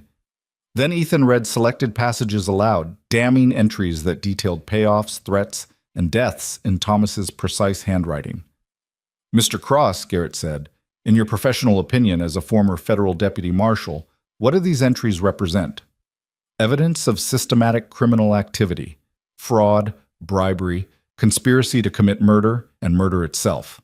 Hale's lawyer cross-examined him aggressively, trying to discredit his testimony by focusing on his resignation from the Marshal Service, his years of drifting, his lack of official standing when he intervened in Salvation Ridge. "You're not a lawman anymore, are you, Mr. Cross?" "No. You resigned 3 years ago under circumstances you refused to discuss. For all we know, you were forced out. For all we know, you have a history of fabricating evidence or manipulating witnesses." Ethan kept his voice level. "I resigned because my family was killed while I was away on duty. I blamed myself. I couldn't continue in a role that had cost me everything I loved." The lawyer pressed harder. "And yet you expect this court to believe that you, a broken-down drifter with no authority and no credibility, somehow uncovered a vast conspiracy that had eluded legitimate law enforcement for years?" "I didn't uncover it. Thomas Miller did. I just made sure his work didn't die with him." "How convenient that you happened to arrive in Salvation Ridge at precisely the right moment. How convenient that a journal no one had seen for weeks suddenly appeared when you needed evidence. How do we know you didn't create that journal yourself?" Before Ethan could answer, Marshal Thornton stood up from his seat in the gallery. "May I address the court, Your Honor?" The judge, a stern woman in her 50s who'd been appointed by the territorial governor, nodded. "Marshal Thornton, you may approach." Thornton walked to the front of the courtroom with the deliberate pace of a man who'd testified hundreds of times. "Your Honor, I've known Ethan Cross for 15 years. He served under my command as a deputy marshal and was one of the finest lawmen I ever worked with. His resignation was exactly as he described, a personal tragedy that he handled with more grace than most men could manage. As for the journal, our forensic analysis confirmed that it was written over a period of months by the same hand, that the ink and paper match materials available in Salvation Ridge, and that the information contained within has been independently verified by multiple sources. If the defense wants to suggest that Mr. Cross somehow forged months of detailed financial records and personal observations in the space of a few days, I'd be fascinated to hear how." The lawyer sat down, his momentum broken. The trial continued for 2 more weeks. Expert witnesses testified about the forged documents, the manipulated land records, the bribed officials. Hale's former accomplices, hoping for reduced sentences, turned on their boss with detailed accounts of his orders and methods. The man who'd shot Thomas Miller's horse testified that Hale had paid him $500 to make it look like an accident. Through it all, Hale sat silent, his face a mask of contempt. Only once did he react, when Pastor Matthews took the stand and described the beatings and threats, the way Hale had used religion as another tool of control. Hale had actually smiled then, a cold expression that suggested he regretted nothing. The jury deliberated for less than 3 hours. "On the charge of conspiracy to commit murder in the death of Thomas Miller, how do you find?" "Guilty." "On the charge of fraud in the matter of land acquisitions?" "Guilty." "On the charge of bribery of public officials?" "Guilty." 15 charges in total. "Guilty on every count." The courtroom erupted in cheers and tears. Rachel sobbed into Ethan's shoulder, relief and grief mixing together in a flood of emotion. Around them, people from Salvation Ridge embraced, some laughing, some crying, all of them feeling the weight of fear finally lifting. Hale's face remained impassive as the verdict was read, but his hands shook as the bailiffs led him away. At the door he turned and looked back at the courtroom, his eyes finding Ethan's one last time. "This isn't over," he mouthed silently. But it was. 3 days later, the judge sentenced Victor Hale to life in prison without possibility of parole. His assets were seized and would be used to compensate his victims. His accomplices received sentences ranging from 5 to 20 years, depending on their level of involvement. The territorial governor, embarrassed by the extent of corruption that had flourished under his watch, announced a special commission to review land transactions throughout the territory. He also appointed Marshal Thornton to head a new anti-corruption task force. "We will root out this cancer wherever it exists," the governor proclaimed at a press conference. "Montana Territory will be known for justice, not for the kind of lawlessness that allowed men like Victor Hale to prosper." It was a pretty speech, and Ethan hoped it was more than just words. The journey back to Salvation Ridge took 2 days through early winter weather. Ethan and Rachel traveled in a borrowed wagon, wrapped in blankets against the cold, talking about everything and nothing. About Thomas and the life Rachel had lost. About Sarah and Michael and the guilt Ethan still carried. About the future and whether either of them had the courage to reach for it. "I never thought I'd feel safe again," Rachel admitted as they made camp the first night. "After Thomas died, after Hale made it clear we were on our own, I thought the fear would never end, that we'd spend the rest of our lives looking over our shoulders, waiting for the next threat. You don't have to anymore." "No. Thanks to you." She looked at him across the fire. "You gave us our lives back, Ethan. You gave us hope. How do I ever repay that?" "You don't need to repay it." "Then what do I need to do?" Ethan poked at the fire, watching sparks rise into the darkness. "Just keep living. Keep being the mother those girls need. Keep rebuilding what Hale tried to destroy. That's enough." "Is it enough for you?" The question caught him off guard. "What do you mean?" "You've spent 2 months helping us, protecting us, making sure we survived. But what about what you need? When do you start rebuilding your own life?" Ethan didn't have an answer. The truth was, he'd been so focused on saving the Miller family that he hadn't thought much about what came after. The offer from the territorial governor still stood. A badge, authority, a chance to do the work he'd once believed in. But the idea of pinning metal to his chest again, of taking responsibility for protecting people he might fail, I don't know if I can be that man again, he said quietly. The one who believed a badge meant something. Maybe you're not supposed to be that man again. Maybe you're supposed to be someone new. Rachel stood, moved to sit beside him. The Ethan who arrived in Salvation Ridge 2 months ago was running from his past, convinced he'd failed everyone who mattered.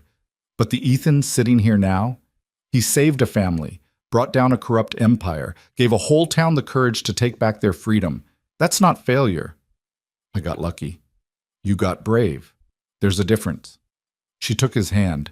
You told me once that you couldn't promise anything, that you were too broken. But Ethan, we're all broken, every single one of us. The question isn't whether we have cracks, it's whether we let the light shine through them or keep everything locked in darkness. Before Ethan could respond, snow began to fall, thick and soft, muffling sound and wrapping the world in white silence. They sat together by the fire, watching it accumulate, two broken people trying to figure out how to be whole. The welcome they received upon returning to Salvation Ridge was overwhelming. It seemed like the entire town had turned out to greet them, despite the cold and the late hour. Henry Wilson led the crowd, his face split in a huge grin. They found him guilty on all counts, someone shouted, and the crowd erupted in cheers. Lily and Emma broke free from Mrs. Wilson's grasp and ran to their mother, nearly knocking her over with the force of their hugs. Emma was crying, her small face pressed against Rachel's coat. Lily was trying to be brave, but tears streamed down her cheeks too. We heard, Lily managed. They said Mr. Hale is going to prison forever. Is it true? Is it really over? It's really over, Rachel confirmed, holding both girls tight. Emma pulled away and looked around, her eyes searching. When she found Ethan climbing down from the wagon, her face transformed. She ran to him and threw her arms around his waist, holding on like she'd never let go. You came back, she whispered. You promised you'd come back. Ethan knelt down so he was at her eye level. I always keep my promises to you. Always? Always. Emma studied his face with those solemn blue eyes, looking for something. Whatever she found must have satisfied her because she smiled, a real smile, bright and genuine, and hugged him again. Over her head, Ethan saw Rachel watching, her expression soft. Lily stood beside her mother, grinning like she knew secrets the adults hadn't figured out yet. The town threw an impromptu celebration that night. Someone produced a fiddle, someone else brought food, and before long the church hall was filled with music and laughter and the kind of joy that comes from shared survival. People who'd been silent under Hale's rule found their voices again. Stories were told, tears were shed, and slowly, carefully, a community began to remember how to be whole. Ethan found himself pulled into conversation after conversation. People thanked him, asked him questions, wanted to shake his hand or buy him drinks. It was overwhelming and uncomfortable, and he eventually escaped to the church steps for some air. Pastor Matthews found him there, nursing a cup of something that claimed to be coffee but tasted more like creek water. Quite a celebration, the pastor observed, settling onto the step beside him. Quite a mess is more like it. Someone's going to break something before the night's over. Matthews laughed. Probably. But after 2 months of fear and uncertainty, people need to let loose a little, need to remember what it feels like to celebrate. They sat in comfortable silence for a while, listening to the music and laughter spilling from the hall. Then Matthews said, "What are your plans now, Ethan? Are you staying?" "I don't know." "That's an honest answer, at least."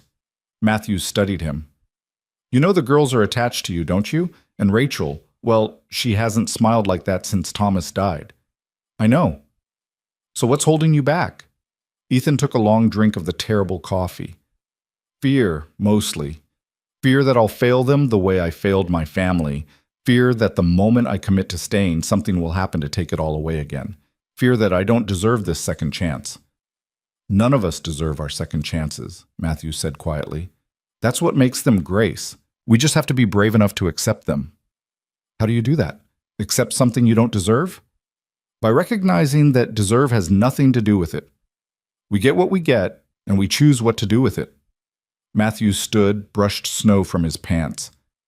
Those girls asked you to be their daddy for one day. You've given them 2 months and counting. The question is whether you're brave enough to give them the rest of your life. He walked back inside, leaving Ethan alone with his thoughts and the falling snow. The weeks that followed the trial brought unexpected changes. With Hale's criminal empire dismantled, the Territorial Commission began the painstaking work of untangling his fraudulent land deals. Families who'd been illegally foreclosed on got their property back. Debts that had been fraudulently inflated were corrected or forgiven entirely. The town's economy, which had been strangled by Hale's monopolistic control, began to breathe again. New businesses opened. The general store got a competitor. Someone started a newspaper to make sure corruption could never thrive in darkness again. People who'd left Salvation Ridge under Hale's pressure began trickling back, drawn by news that the town was healing. Ethan threw himself into work at the Miller Ranch. The barn needed complete rebuilding, the fences were a disaster, and the house itself required extensive repairs. He worked from dawn until dark most days, grateful for the physical exhaustion that kept his mind too busy for doubt. Lily shadowed him constantly, asking questions and learning everything he could teach her. She had her father's mind for detail and her mother's determination, a combination that would serve her well. Emma was quieter, but equally present, often sitting nearby with her doll while Ethan worked, her presence a small anchor that kept him grounded. Rachel recovered more each day, the pneumonia finally releasing its grip. She took over teaching the girls again, setting up a small classroom in the kitchen where she instructed not only Lily and Emma, but several other children whose parents were too busy rebuilding their own lives to manage education. "We need a real school," she told Ethan one evening. "A building, proper desks, books. The children deserve better than makeshift lessons around my kitchen table. The town's still recovering. Money's tight." "I know, but it's important." Rachel's eyes took on a determined glint he'd learned to recognize. Thomas always said education was the key to breaking cycles of poverty and control. That's how men like Hale maintain power, by keeping people ignorant and dependent. "What are you thinking?" "I'm thinking we have a town full of people who owe their freedom to someone willing to stand up to corruption. I'm thinking they might be willing to contribute labor and materials to build something that ensures the next generation knows the value of knowledge and independence." She was right. When Rachel proposed the idea at a town meeting the following week, the response was immediate and enthusiastic. Men volunteered labor. The sawmill offered lumber at cost. Women organized fundraising events. Within days, plans were drawn for a schoolhouse to be built on land the town would purchase collectively. "Your mother's quite something," Ethan told Lily as they worked on fence repair one afternoon. "She is," Lily agreed. "Papa used to say she could move mountains if she put her mind to it." The girl was quiet for a moment, then asked, "Do you miss him? Papa, I mean?" The question caught Ethan off guard. "I never met your father." "I know, but do you miss him anyway? Like, miss the space where he should be?" It was a surprisingly perceptive question from a 9-year-old. Ethan set down his hammer, considering his answer carefully. "I think about him," he said finally. "About the man he must have been to raise daughters as brave as you and your sister. About the husband he was to make your mother smile the way she does when she talks about him. About the kind of courage it took to stand up to Hale, knowing it might cost him everything." He paused. "So yes, I suppose I do miss him. I miss the world where he's still alive, still here with all of you." "But then you wouldn't be here." "No, I wouldn't." Lily studied him with eyes that seemed far too old for her face. "I miss Papa every day. But I'm glad you're here too. Does that make me a bad daughter?" "Oh, sweetheart, no." Ethan pulled her into a hug, feeling her small body shake with tears she'd been holding back. "It makes you human. You can miss your father and be grateful for help at the same time. Those feelings don't cancel each other out. Mama says Papa would have liked you, that you're the kind of man he hoped would help us if something happened to him. Your mother's very kind." "She's not being kind. She's being honest." Lily pulled back, wiping her eyes. "Can I ask you something?" "Of course." "Are you going to marry Mama and be our real daddy? Or are you going to leave like you keep saying you will?" The blunt question left Ethan speechless. Before he could formulate an answer, Lily continued. Because Emma and me, we talk about it at night. We know you're scared because your family died, and you think it's your fault. We know you think you'll fail us too. But Mr. Cross, you've already been our daddy for 2 months. You tuck us in and tell us stories and teach us things and make Mama smile again. You're already ours. The only question is whether you're brave enough to admit it. 9 years old, and she'd cut straight through every excuse and rationalization to the truth he'd been avoiding. Ethan looked at this fierce, brilliant girl and saw not a child but a person who'd survived more than most adults ever would. I am scared, he admitted. Terrified, actually. That's okay. Being brave doesn't mean not being scared. It means being scared and doing the right thing anyway. Lily picked up the hammer he'd set down. Papa told me that, right before he went to Mr. Hale with his evidence. They worked in silence for a while, but the conversation stayed with Ethan. That night, lying on his cot in the workshop, he stared at the ceiling and finally let himself imagine it. A future here. A life with Rachel and the girls. Maybe more children. Growing old in this place, watching Lily and Emma become women. Being there for all the moments his own son would never have. The thought terrified him. It also filled him with a longing so intense it was almost painful. The decision crystallized one morning in late December. Ethan was working on the barn roof when he heard shouting from the house. He scrambled down the ladder, heart pounding, expecting trouble. Instead, he found Emma dancing in the yard, her face lit with pure joy. Rachel stood on the porch, holding a letter, tears streaming down her face. Lily was laughing and crying at the same time. What happened? Ethan demanded. Is everything all right? Better than all right, Rachel managed. The commission, they reviewed Thomas's investments, the money he'd saved before Hale manipulated the accounts. It was supposed to go to the girls' education, but Hale claimed it as part of the debt. She held up the letter. They're returning it, all of it, with interest. How much? Rachel named a sum that made Ethan's eyebrows rise. It wasn't a fortune, but it was enough. Enough to secure the ranch, enough to ensure the girls' future, enough to build the life Thomas had wanted for his family. Emma ran to Ethan and grabbed his hands. We're going to be okay, really okay. Mama says we can fix everything and maybe even get horses and I can learn to ride and… She stopped, her joy suddenly uncertain. You'll still be here, right? To teach me to ride? And there it was.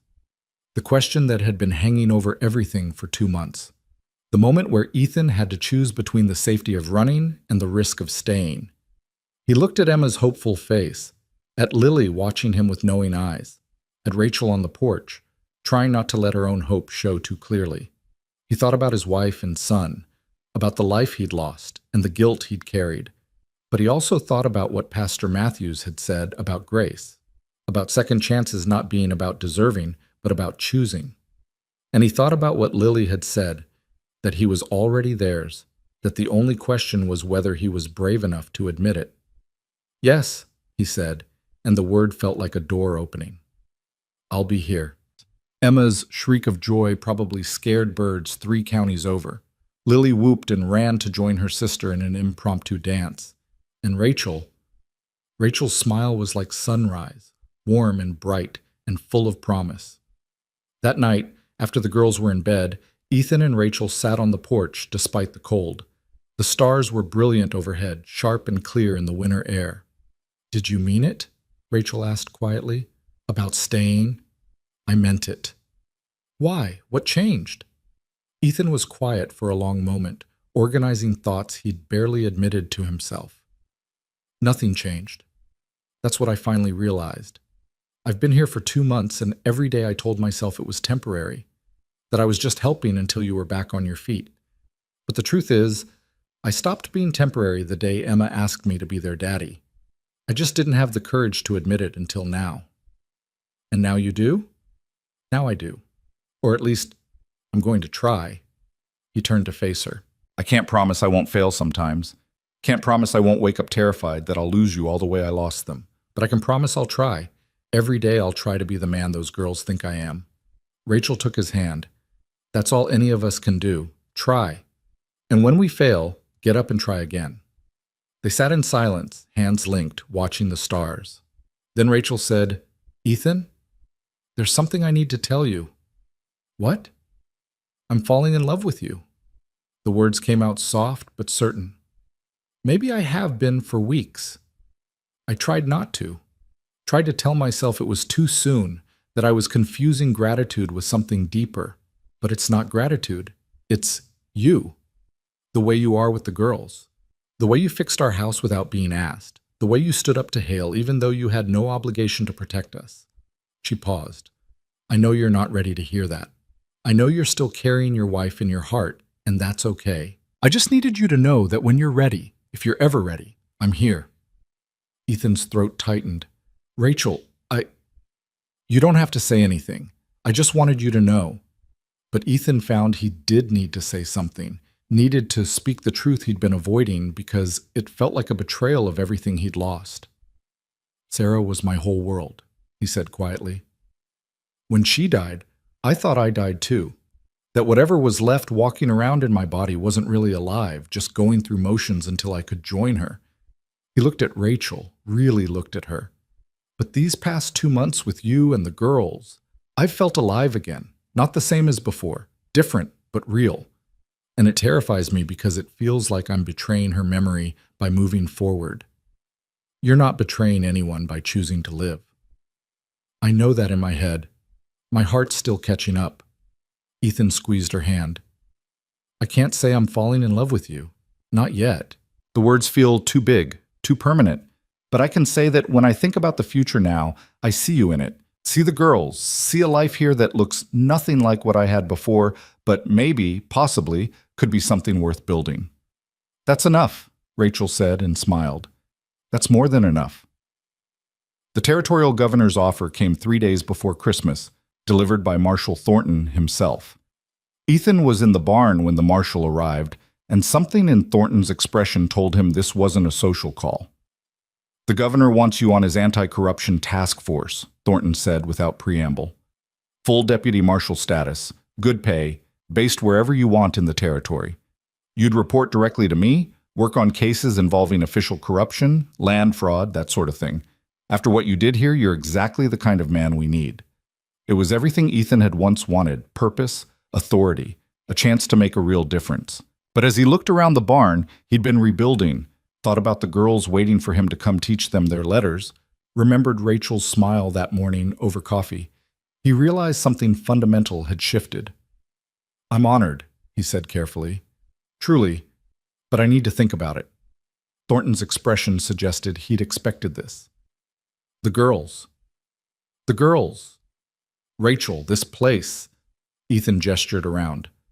2 months ago, I would have said yes without hesitation. Would have jumped at the chance to pin on a badge again, to prove I was still the man I'd been before everything fell apart. But now you found something worth staying for. Maybe. I don't know yet. I just know I'm not ready to leave." Thornton nodded slowly. "The offer stands. A month, 6 months, a year from now. If you change your mind, the job's yours. But Ethan, don't wait too long. The territory needs good men, and there aren't many left who understand what you do about justice and mercy." After Thornton left, Ethan sat in the barn for a long time, turning the offer over in his mind. It would mean travel, danger, time away from home. It would mean returning to a life he'd sworn he was done with. But it would also mean using his skills for something that mattered, preventing other families from suffering what the Millers had endured. He was still thinking about it when Lily found him an hour later. "Mama says dinner's ready. She made stew, the good kind with actual meat." Lily paused. "Are you okay? You look sad." "Just thinking." "About the marshal's offer? We heard him talking to you." "You shouldn't eavesdrop." "We weren't eavesdropping. We were standing in the yard, and voices carry." Lily sat down beside him on a hay bale. "Are you going to take it, the badge?" "I don't know. Do you want to?" It was a simple question, but the answer was complicated. Part of me does. Part of me misses the work. Misses feeling like I'm making a difference in a way that matters. And the other part? The other part doesn't want to leave you and Emma and your mother. Doesn't want to go back to a life where I'm always chasing danger, always one step away from the kind of tragedy that took everything from me before. Lily was quiet for a moment. Then she said, Papa used to say that being brave means doing scary things for good reasons. He was scared when he went after Mr. Hale, but he did it anyway because it was right. Maybe this is like that. Maybe you need to figure out what the good reason is. And if I can't find one, then maybe that's your answer. She stood, brushed hay from her dress. Come eat dinner. Emma's going to tell you about the picture she drew at school. It's terrible, but you have to pretend it's good. Ethan laughed despite himself and followed her inside, the question still unanswered but somehow less urgent. Christmas came with a fresh blanket of snow and a warmth inside the Miller house that had nothing to do with the fire. Rachel had somehow managed to find small gifts for everyone despite their limited resources. Ethan gave the girls books he'd ordered from Helena, adventure stories about brave girls doing impossible things. They gave him a scarf they'd knitted themselves, crooked and uneven and absolutely perfect. On Christmas Eve, after the girls were asleep, Ethan and Rachel sat by the fire drinking the last of the terrible coffee from the general store and talking about everything and nothing. I've made a decision, Ethan said finally, about the marshal's offer. Rachel set down her cup, her expression carefully neutral. And? I'm turning it down. For now, at least. He looked at her. Maybe someday I'll be ready to pin on a badge again. Maybe there'll come a time when the girls are older, when you're stronger, when this place is truly secure. But right now, what you need is someone who's here. Actually here, not chasing corruption across the territory and coming home to a family that barely knows him. You're sure? I'm sure that 3 months ago I was a broken man running from ghosts. Now I'm someone who tucks little girls into bed and fixes fences and drinks terrible coffee with a woman who makes me believe in second chances. He reached for her hand. I don't know what the future holds. Can't promise I'll never leave or that I'll always make the right choices.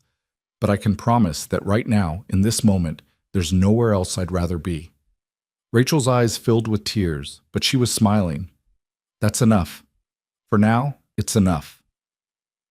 Outside, snow continued to fall, blanketing the world in quiet white. Inside, the fire crackled and popped, and two people who'd each lost everything began to believe they might, possibly, have found something worth keeping. It wasn't healing, not yet, not completely, but it was a beginning, and sometimes that was enough. The new year arrived with a thaw that turned the roads to mud and filled the air with the promise of spring still months away. Ethan stood in the yard of the Miller Ranch, surveying the work they'd accomplished over the winter. The barn stood solid and square, its new roof gleaming in the weak January sun. The fences ran straight and true. The house had been patched and reinforced until it no longer looked like it might collapse at the first strong wind. It was progress, real and tangible, and it filled him with a satisfaction he hadn't felt in years. It looks good, Rachel said, coming to stand beside him. She'd bundled herself in one of Thomas's old coats, still too big for her frame despite the weight she'd regained. Thomas would be proud of what you've done here. We've done, Ethan corrected. You and the girls worked just as hard as I did. Maybe, but you're the one who knew how to do it right. She smiled up at him, and something in her expression made his chest tighten. I have something to ask you, and I need you to be honest with me. All right. Are you happy here? Really happy? Not just going through the motions because you made a promise? The question surprised him. Ethan thought about it carefully, examining his days for the truth beneath the routine. He thought about waking to the smell of Rachel's coffee, teaching Lily how to measure lumber, listening to Emma's increasingly confident voice as she read aloud from her books. He thought about the ache in his muscles at day's end, the satisfaction of problems solved and work completed, the warmth of the kitchen in the evening when they all gathered for dinner. Yes, he said, and realized it was true. I'm happy. Not the same way I was before. That life is gone, and I've accepted it. But this is its own kind of good. Rachel's smile widened. Good. Because I have a proposition for you. What kind of proposition? The kind where you stop sleeping in Thomas's workshop and move into the house properly. The kind where we stop pretending you're just helping out temporarily and acknowledge that you're part of this family. She paused, her cheeks flushing. The kind where maybe, eventually, we stop dancing around what we both know is happening between us and actually talk about it. Ethan's heart hammered in his chest. Rachel, I'm not asking you to marry me tomorrow, she said quickly. I know you're not ready for that. I'm not sure I am either, but I am asking you to stop holding yourself at arm's length from the life that's right in front of you. The girls already call you Papa when they think we can't hear them. I already think of you as my partner, not just hired help. We're already a family in every way that matters except the official ones. I just want us to be honest about it. Before Ethan could respond, Lily's voice called from the house. Mama, Mister, Cross, come quick! They ran inside to find Emma standing in the kitchen, her face pale, clutching a letter. Lily hovered beside her, looking worried. What is it? Rachel asked. Emma, sweetheart, what's wrong? Emma held out the letter with shaking hands. It was addressed to Rachel, but the handwriting was unfamiliar. Rachel opened it, her eyes scanning the contents, and Ethan watched her face go through a series of expressions: confusion, shock, and finally something that looked like disbelief mixed with joy. It's from the railroad, she said faintly. The Northern Pacific. They've confirmed they're coming through the valley, and they want to buy our eastern property for the route. She looked up, her eyes wide. They're offering 3 times what the land is worth for market value. They say it's compensation for what we endured during the fraud investigation. Ethan took the letter, read it himself to make sure it was real. The sum at the bottom made him whistle low. Combined with what the commission had already returned to them, it meant the Miller family would be more than secure. It meant comfort, education for the girls, a future free from the grinding poverty that had nearly destroyed them. We're rich, Lily breathed. We're actually rich. Not rich, Rachel corrected, but she was laughing through tears. But comfortable. Very comfortable. We can fix everything properly now, maybe buy more land, hire help for the ranch. The girls can go to college if they want. We can... She stopped, overwhelmed. Emma walked quietly to Ethan and took his hand. Does this mean you don't have to stay anymore? Because we can afford to hire people? The question hung in the air, fragile and loaded with fear. Ethan knelt down so he was eye level with her. Emma, I'm not here because you needed help you couldn't afford. I'm here because I want to be here. This is my home now. You're my family now. He glanced at Rachel, saw her eyes shining with tears, and made a decision that felt both terrifying and absolutely right. In fact, I was hoping to talk to your mother about making that official. Rachel's hand flew to her mouth. Lily gasped. Emma's eyes went wide. Official how? Lily demanded. Ethan stood, took Rachel's hands in his. His heart was pounding so hard he was sure everyone could hear it, but the words needed to be said. Rachel Miller, I didn't come to Salvation Ridge looking for anything except a place to forget my pain. But I found something I never expected, a reason to stop running. A reason to believe I could be more than my failures. He paused, gathering courage. I know it's only been a few months. I know you're still mourning Thomas, and I'm still carrying Sarah and Michael in my heart. But I also know that what we have here is real. These girls have become my daughters in every way that matters. And you've become the person I think about first when I wake up and last before I sleep. You've become my hope for the future. Ethan, Rachel whispered, tears streaming down her face. I'm not asking you to marry me today. I know we need time, but I am asking permission to court you properly, to build toward a future where we're not just surviving together but actually living, where I'm not just the hired hand but your husband, where Lily and Emma aren't just children I'm helping but my daughters, a future where we're a family not just by circumstance but by choice. For a long moment, Rachel just stared at him, tears falling unchecked. Then she laughed, a sound of pure joy, and threw her arms around his neck. Yes, she said, yes to all of it, to courting and future and family and everything you're offering. Yes. Lily and Emma erupted in cheers, dancing around the kitchen and chanting something that sounded like, Papa's staying! Papa's staying! Ethan held Rachel close, breathing in the scent of her hair, feeling the rightness of this moment in his bones. They'd found each other in the worst of circumstances, two broken people and two traumatized children.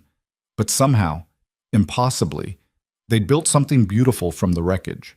The months that followed were filled with the kind of ordinary happiness that Ethan had forgotten existed. He and Rachel courted in the old-fashioned way, supervised walks, Sunday dinners with the girls present, stolen moments of conversation by the fire after the children were asleep. They talked about everything: their lost spouses, their fears for the future, their hopes for the girls, their growing feelings for each other. "I feel guilty sometimes," Rachel admitted one evening in early March. They sat on the porch, watching the sunset paint the mountains gold and crimson. "Like I'm betraying Thomas by moving forward so quickly. It's been almost 6 months since he died."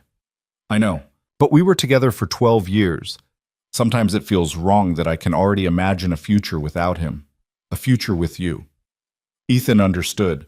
He still wore his wedding ring on a chain around his neck, couldn't quite bring himself to take it off entirely. "Sarah would want me to be happy," he said quietly. "I know that intellectually. She loved me enough that she'd hate the idea of me spending the rest of my life alone and miserable, but knowing it and feeling it are different things." Thomas used to say that love wasn't a finite resource, that loving one person didn't mean you couldn't love another. Rachel leaned her head on his shoulder. "I think he'd like you. I think he'd be grateful you were here to protect his family when he couldn't." "I'd like to think so." They sat in comfortable silence, watching the day fade into twilight. Then Rachel said, "The girls asked me when we're getting married. I told them we haven't decided yet." "What did you tell them you wanted?" "I told them the truth, that I'd marry you tomorrow if I thought you were ready, but I also told them that some things are worth waiting for." She looked up at him. "So I'm waiting, however long it takes." Ethan kissed her forehead gently. "It won't be much longer. I'm almost there." The breakthrough came in April, on what would have been Michael's 8th birthday. Ethan woke with the familiar ache in his chest, the weight of grief that made breathing difficult. He dreaded this day for weeks, knowing it would bring back all the memories he'd been carefully managing. Rachel found him sitting by the creek that ran through their property, staring at the water without seeing it. "Bad day?" she asked softly, settling beside him. "Michael's birthday. He would have been 8 today." Ethan's voice was rough. Sarah always made it special. Cake, presents, whatever he wanted for dinner. He loved birthdays. "Tell me about him." So Ethan did. He talked about his son's infectious laugh, his curiosity about everything, the way he'd follow Ethan around asking endless questions about law enforcement and justice and how the world worked.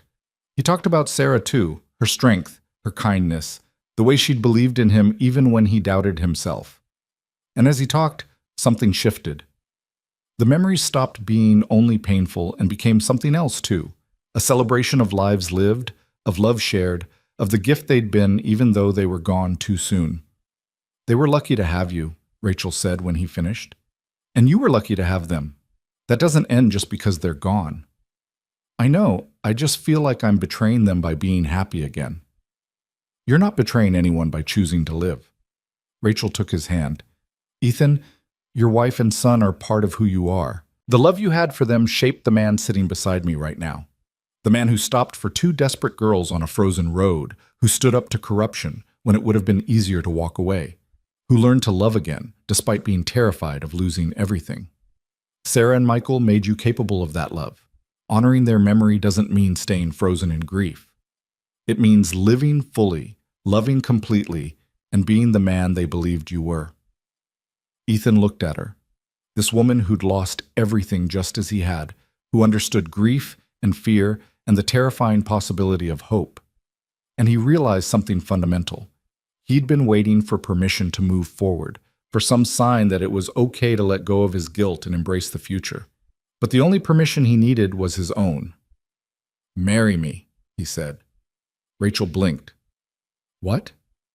"Marry me. Not someday, not eventually. Soon, as soon as we can arrange it." Ethan turned to face her fully, taking both her hands. "I love you, Rachel. I love your strength and your courage and the way you make me believe in second chances. I love your daughters as if they were my own blood. I want to wake up next to you every morning and build a life that honors both the people we lost and the people we're becoming. So marry me, please." Rachel's smile was radiant. Yes, absolutely yes. They told the girls that evening. Lily whooped and tackled Ethan in a hug that nearly knocked him over. Emma climbed into his lap and whispered, "Does this mean I can call you Papa out loud now?" "It means you have to call me Papa," Ethan said, his voice thick with emotion, "because that's what I'm going to be. Your Papa, official and permanent." Emma's smile could have lit the whole valley. They married in May, on a day when spring had finally convinced Montana winter to loosen its grip. The ceremony took place in the church, with Pastor Matthews officiating and what seemed like the entire town of Salvation Ridge in attendance. Rachel wore a simple dress she'd sewn herself, with wildflowers in her hair.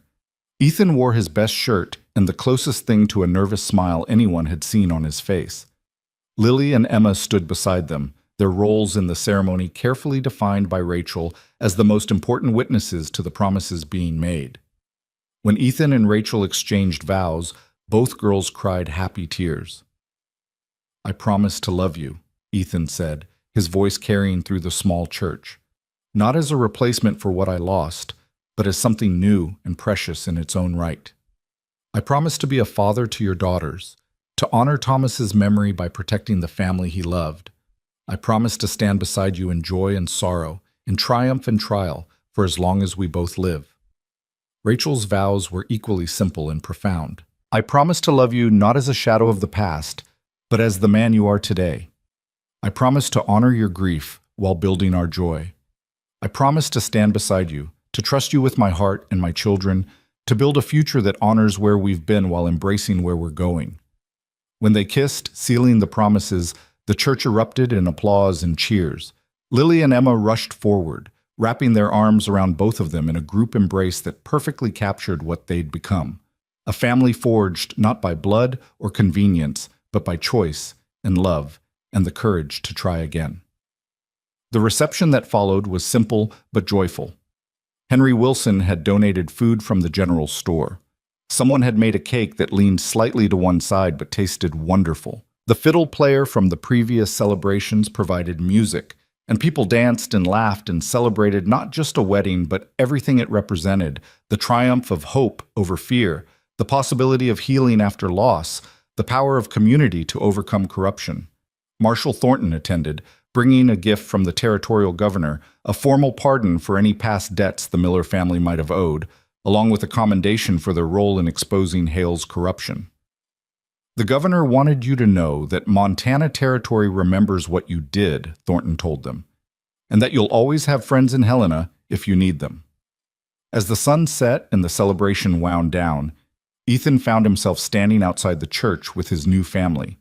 Rachel leaned against his side, her hand in his.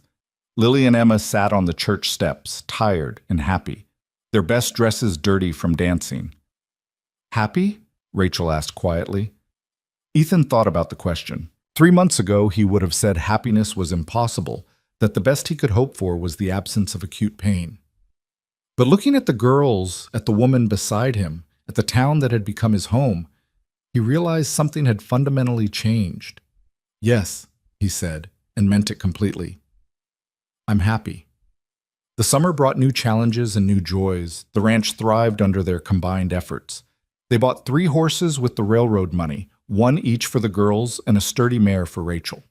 Ethan taught Lily to ride with the same patience and care Thomas would have shown, and Emma's face when she first cantered across the field was pure magic. They hired a hand named Jacob, a young man from Silver Falls, who'd lost his own family in a fire and understood what it meant to build something new from tragedy. He and Ethan worked together to expand the ranch's operations, building a future that could support not just the immediate family, but eventually provide employment for others. The schoolhouse Rachel had championed was completed in June, a beautiful building with real desks and a small library funded by donations from across the territory. Rachel became its first teacher, her classroom filled with children eager to learn from a woman who'd proven that knowledge and courage could overcome even the worst corruption. Lily flourished under her mother's instruction, showing an aptitude for mathematics that suggested she might someday manage the ranch's business affairs. Emma discovered a love of reading that kept her nose buried in books whenever chores allowed. Watching them grow and learn filled Ethan with a pride he'd thought he'd never feel again. But the greatest joy came in September when Rachel pulled Ethan aside one evening with news that made his heart nearly stop. "I'm pregnant," she said, her voice trembling with a mixture of excitement and fear. "About 2 months along, the doctor thinks." Ethan couldn't speak for a moment. The thought of becoming a father again, not just to Lily and Emma, but to a new child, a baby he'd raised from birth, was overwhelming. All his old fears came rushing back. What if something went wrong? What if he failed this child the way he'd failed Michael? But then Rachel took his hand and placed it on her still flat stomach, and he felt something shift. This wasn't a replacement for what he'd lost. This was something new, something that belonged to the life he and Rachel were building together. "Are you happy?" she asked, echoing the question from their wedding day. "Terrified," he admitted, "but yes, very happy." They told the girls that night. Lily's first question was whether she could help teach the baby things. Emma wanted to know if she could share her books. Both of them seemed thrilled at the prospect of being big sisters to someone who would know Ethan as Papa from the very beginning. The pregnancy progressed smoothly through the fall and into winter. Rachel glowed with health, the sickness that had nearly killed her a distant memory. Ethan found himself constantly worrying about her health, about the baby, about all the things that could go wrong. But Rachel was patient with his fears, understanding that they came from a place of love rather than doubt.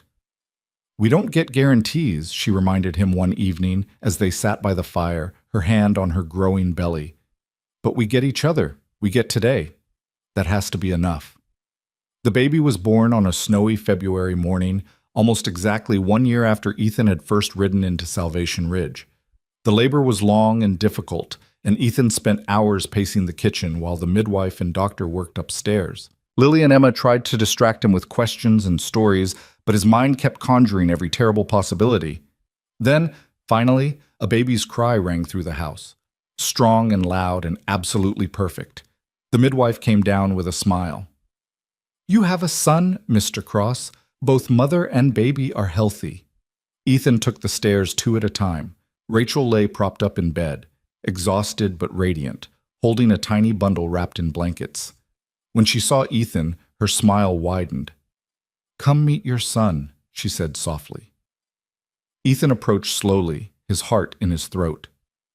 The baby was tiny, red-faced and squalling, with a shock of dark hair and Rachel's storm-gray eyes. When Ethan carefully took him, the baby quieted, his small face turning toward the sound of his father's heartbeat.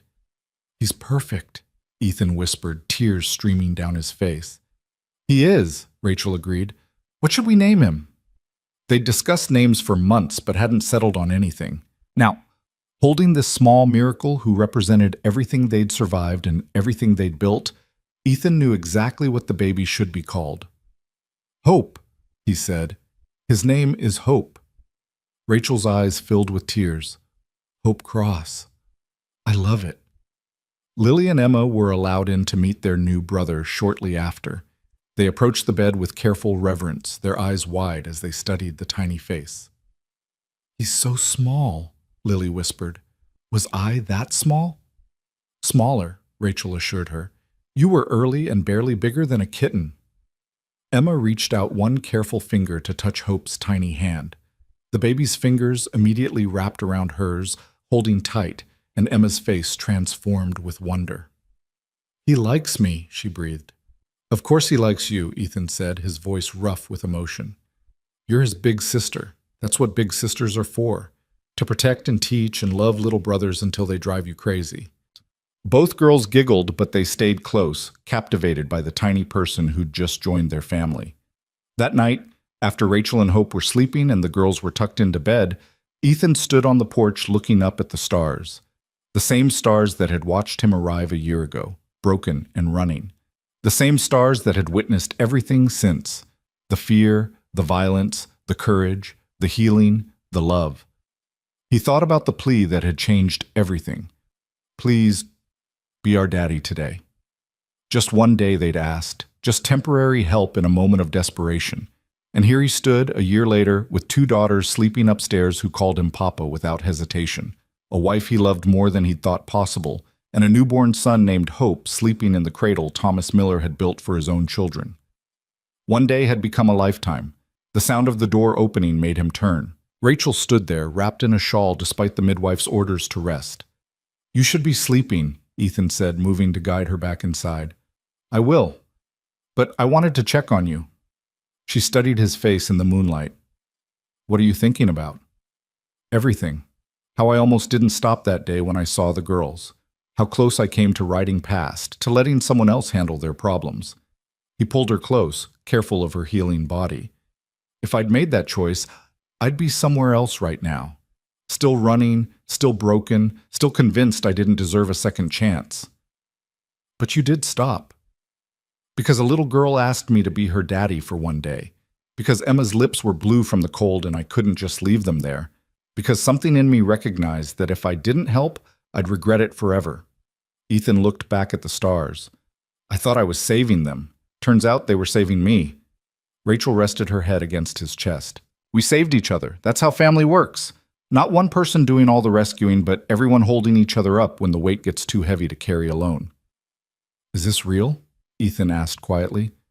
"Sometimes I wake up afraid I'll find it was all a dream, that I'm still that broken drifter with nothing but ghosts for company." "It's real. We're real." Rachel took his hand, placed it over her heart so he could feel it beating. "Feel that? That's real. Our children sleeping upstairs, real. The life we've built, real. The love we share, real. All of it." Ethan pulled her closer, breathing in the scent of her hair, feeling the solid warmth of her body against his. She was right. This was real. More real than anything he'd experienced in the 3 years before it. "I love you," he said, the words still new enough to feel momentous. "I love our family, this life, everything we've built. Thank you for giving me a reason to stop running." "Thank you for being brave enough to stay," Rachel replied. They stood together on the porch, watching the stars and listening to the quiet sounds of their home, the creak of settling timber, the soft cry of the baby from upstairs, the gentle breathing of sleeping children. Ordinary sounds that represented extraordinary healing. Spring came again, bringing with it the anniversary of Ethan and Rachel's wedding. The ranch continued to thrive, the town continued to heal, and the family continued to grow. Not in numbers, but in love and strength and the kind of deep roots that only time and commitment could build. Lily, at 10, had become a remarkable young woman, bright, determined, and showing signs of the leader she'd become. Emma, at 6, had found her voice fully, chattering constantly and reading anything she could get her hands on. Hope was a happy baby who rarely cried and seemed to find joy in everything from sunlight to his sisters' faces. One evening in late May, Ethan sat on the porch with Rachel, watching the girls play with Hope in the yard. The baby was giggling at something Lily was doing, his laughter ringing across the valley. "Do you ever think about what would have happened if you hadn't stopped that day?" Rachel asked. "Sometimes, but not as much as I used to." Ethan watched Emma carefully hold her baby brother, showing him a flower she'd picked. "I used to torture myself with all the what-ifs and might-have-beens, but I've learned that the only thing that matters is what actually happened. And what happened is I found a family when I wasn't looking for one. Found a reason to believe in futures instead of just surviving present moments. No regrets? About staying, not a single one." Ethan looked at his wife, still amazed sometimes that this extraordinary woman had chosen to build a life with him. "About the years I wasted running? Maybe. But even those led me here, so I can't regret them too much." Rachel smiled and leaned her head on his shoulder. "I'm glad you stopped running."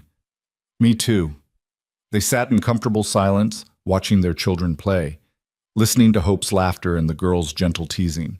The sun painted the mountains gold and crimson, the same colors Ethan had seen the day he arrived, but somehow more beautiful now that he had people to share them with. In the distance, Salvation Ridge bustled with evening activity. A town that had remembered how to live without fear, that had rebuilt itself from the ruins of corruption into something stronger and more resilient. Ethan had been part of that rebuilding, but he'd also been rebuilt by it. He thought about the man he'd been a year ago, hollow, broken, running from ghosts. That man wouldn't have believed this future was possible, wouldn't have believed he deserved happiness or that love could bloom from tragedy. But that man hadn't met two desperate girls on a frozen road, hadn't heard the plea that would change everything. Please be our daddy today. One day had become 1 year, had become a lifetime. And standing here now, surrounded by the family he'd chosen and who had chosen him, Ethan finally understood something he'd been searching for since the day he lost Sarah and Michael. Redemption wasn't about erasing the past or pretending the pain had never happened. It was about accepting that grief and joy could coexist, that loving again didn't betray those you'd lost, that second chances weren't about deserving, but about choosing. He'd chosen to stop, chosen to stay, chosen to love again despite the fear. And in making those choices, he'd found something he'd thought was lost forever, a reason to wake up each morning with hope instead of dread, a purpose beyond mere survival, a future worth building. Emma called to him from the yard, asking him to come see how high she could make Hope laugh by tossing her doll in the air. Lily wanted to show him the calculations she'd been working on for the ranch's fall harvest planning. Rachel squeezed his hand, her smile saying everything words couldn't. This was his life now, his family, his home. And it was more than enough. It was everything.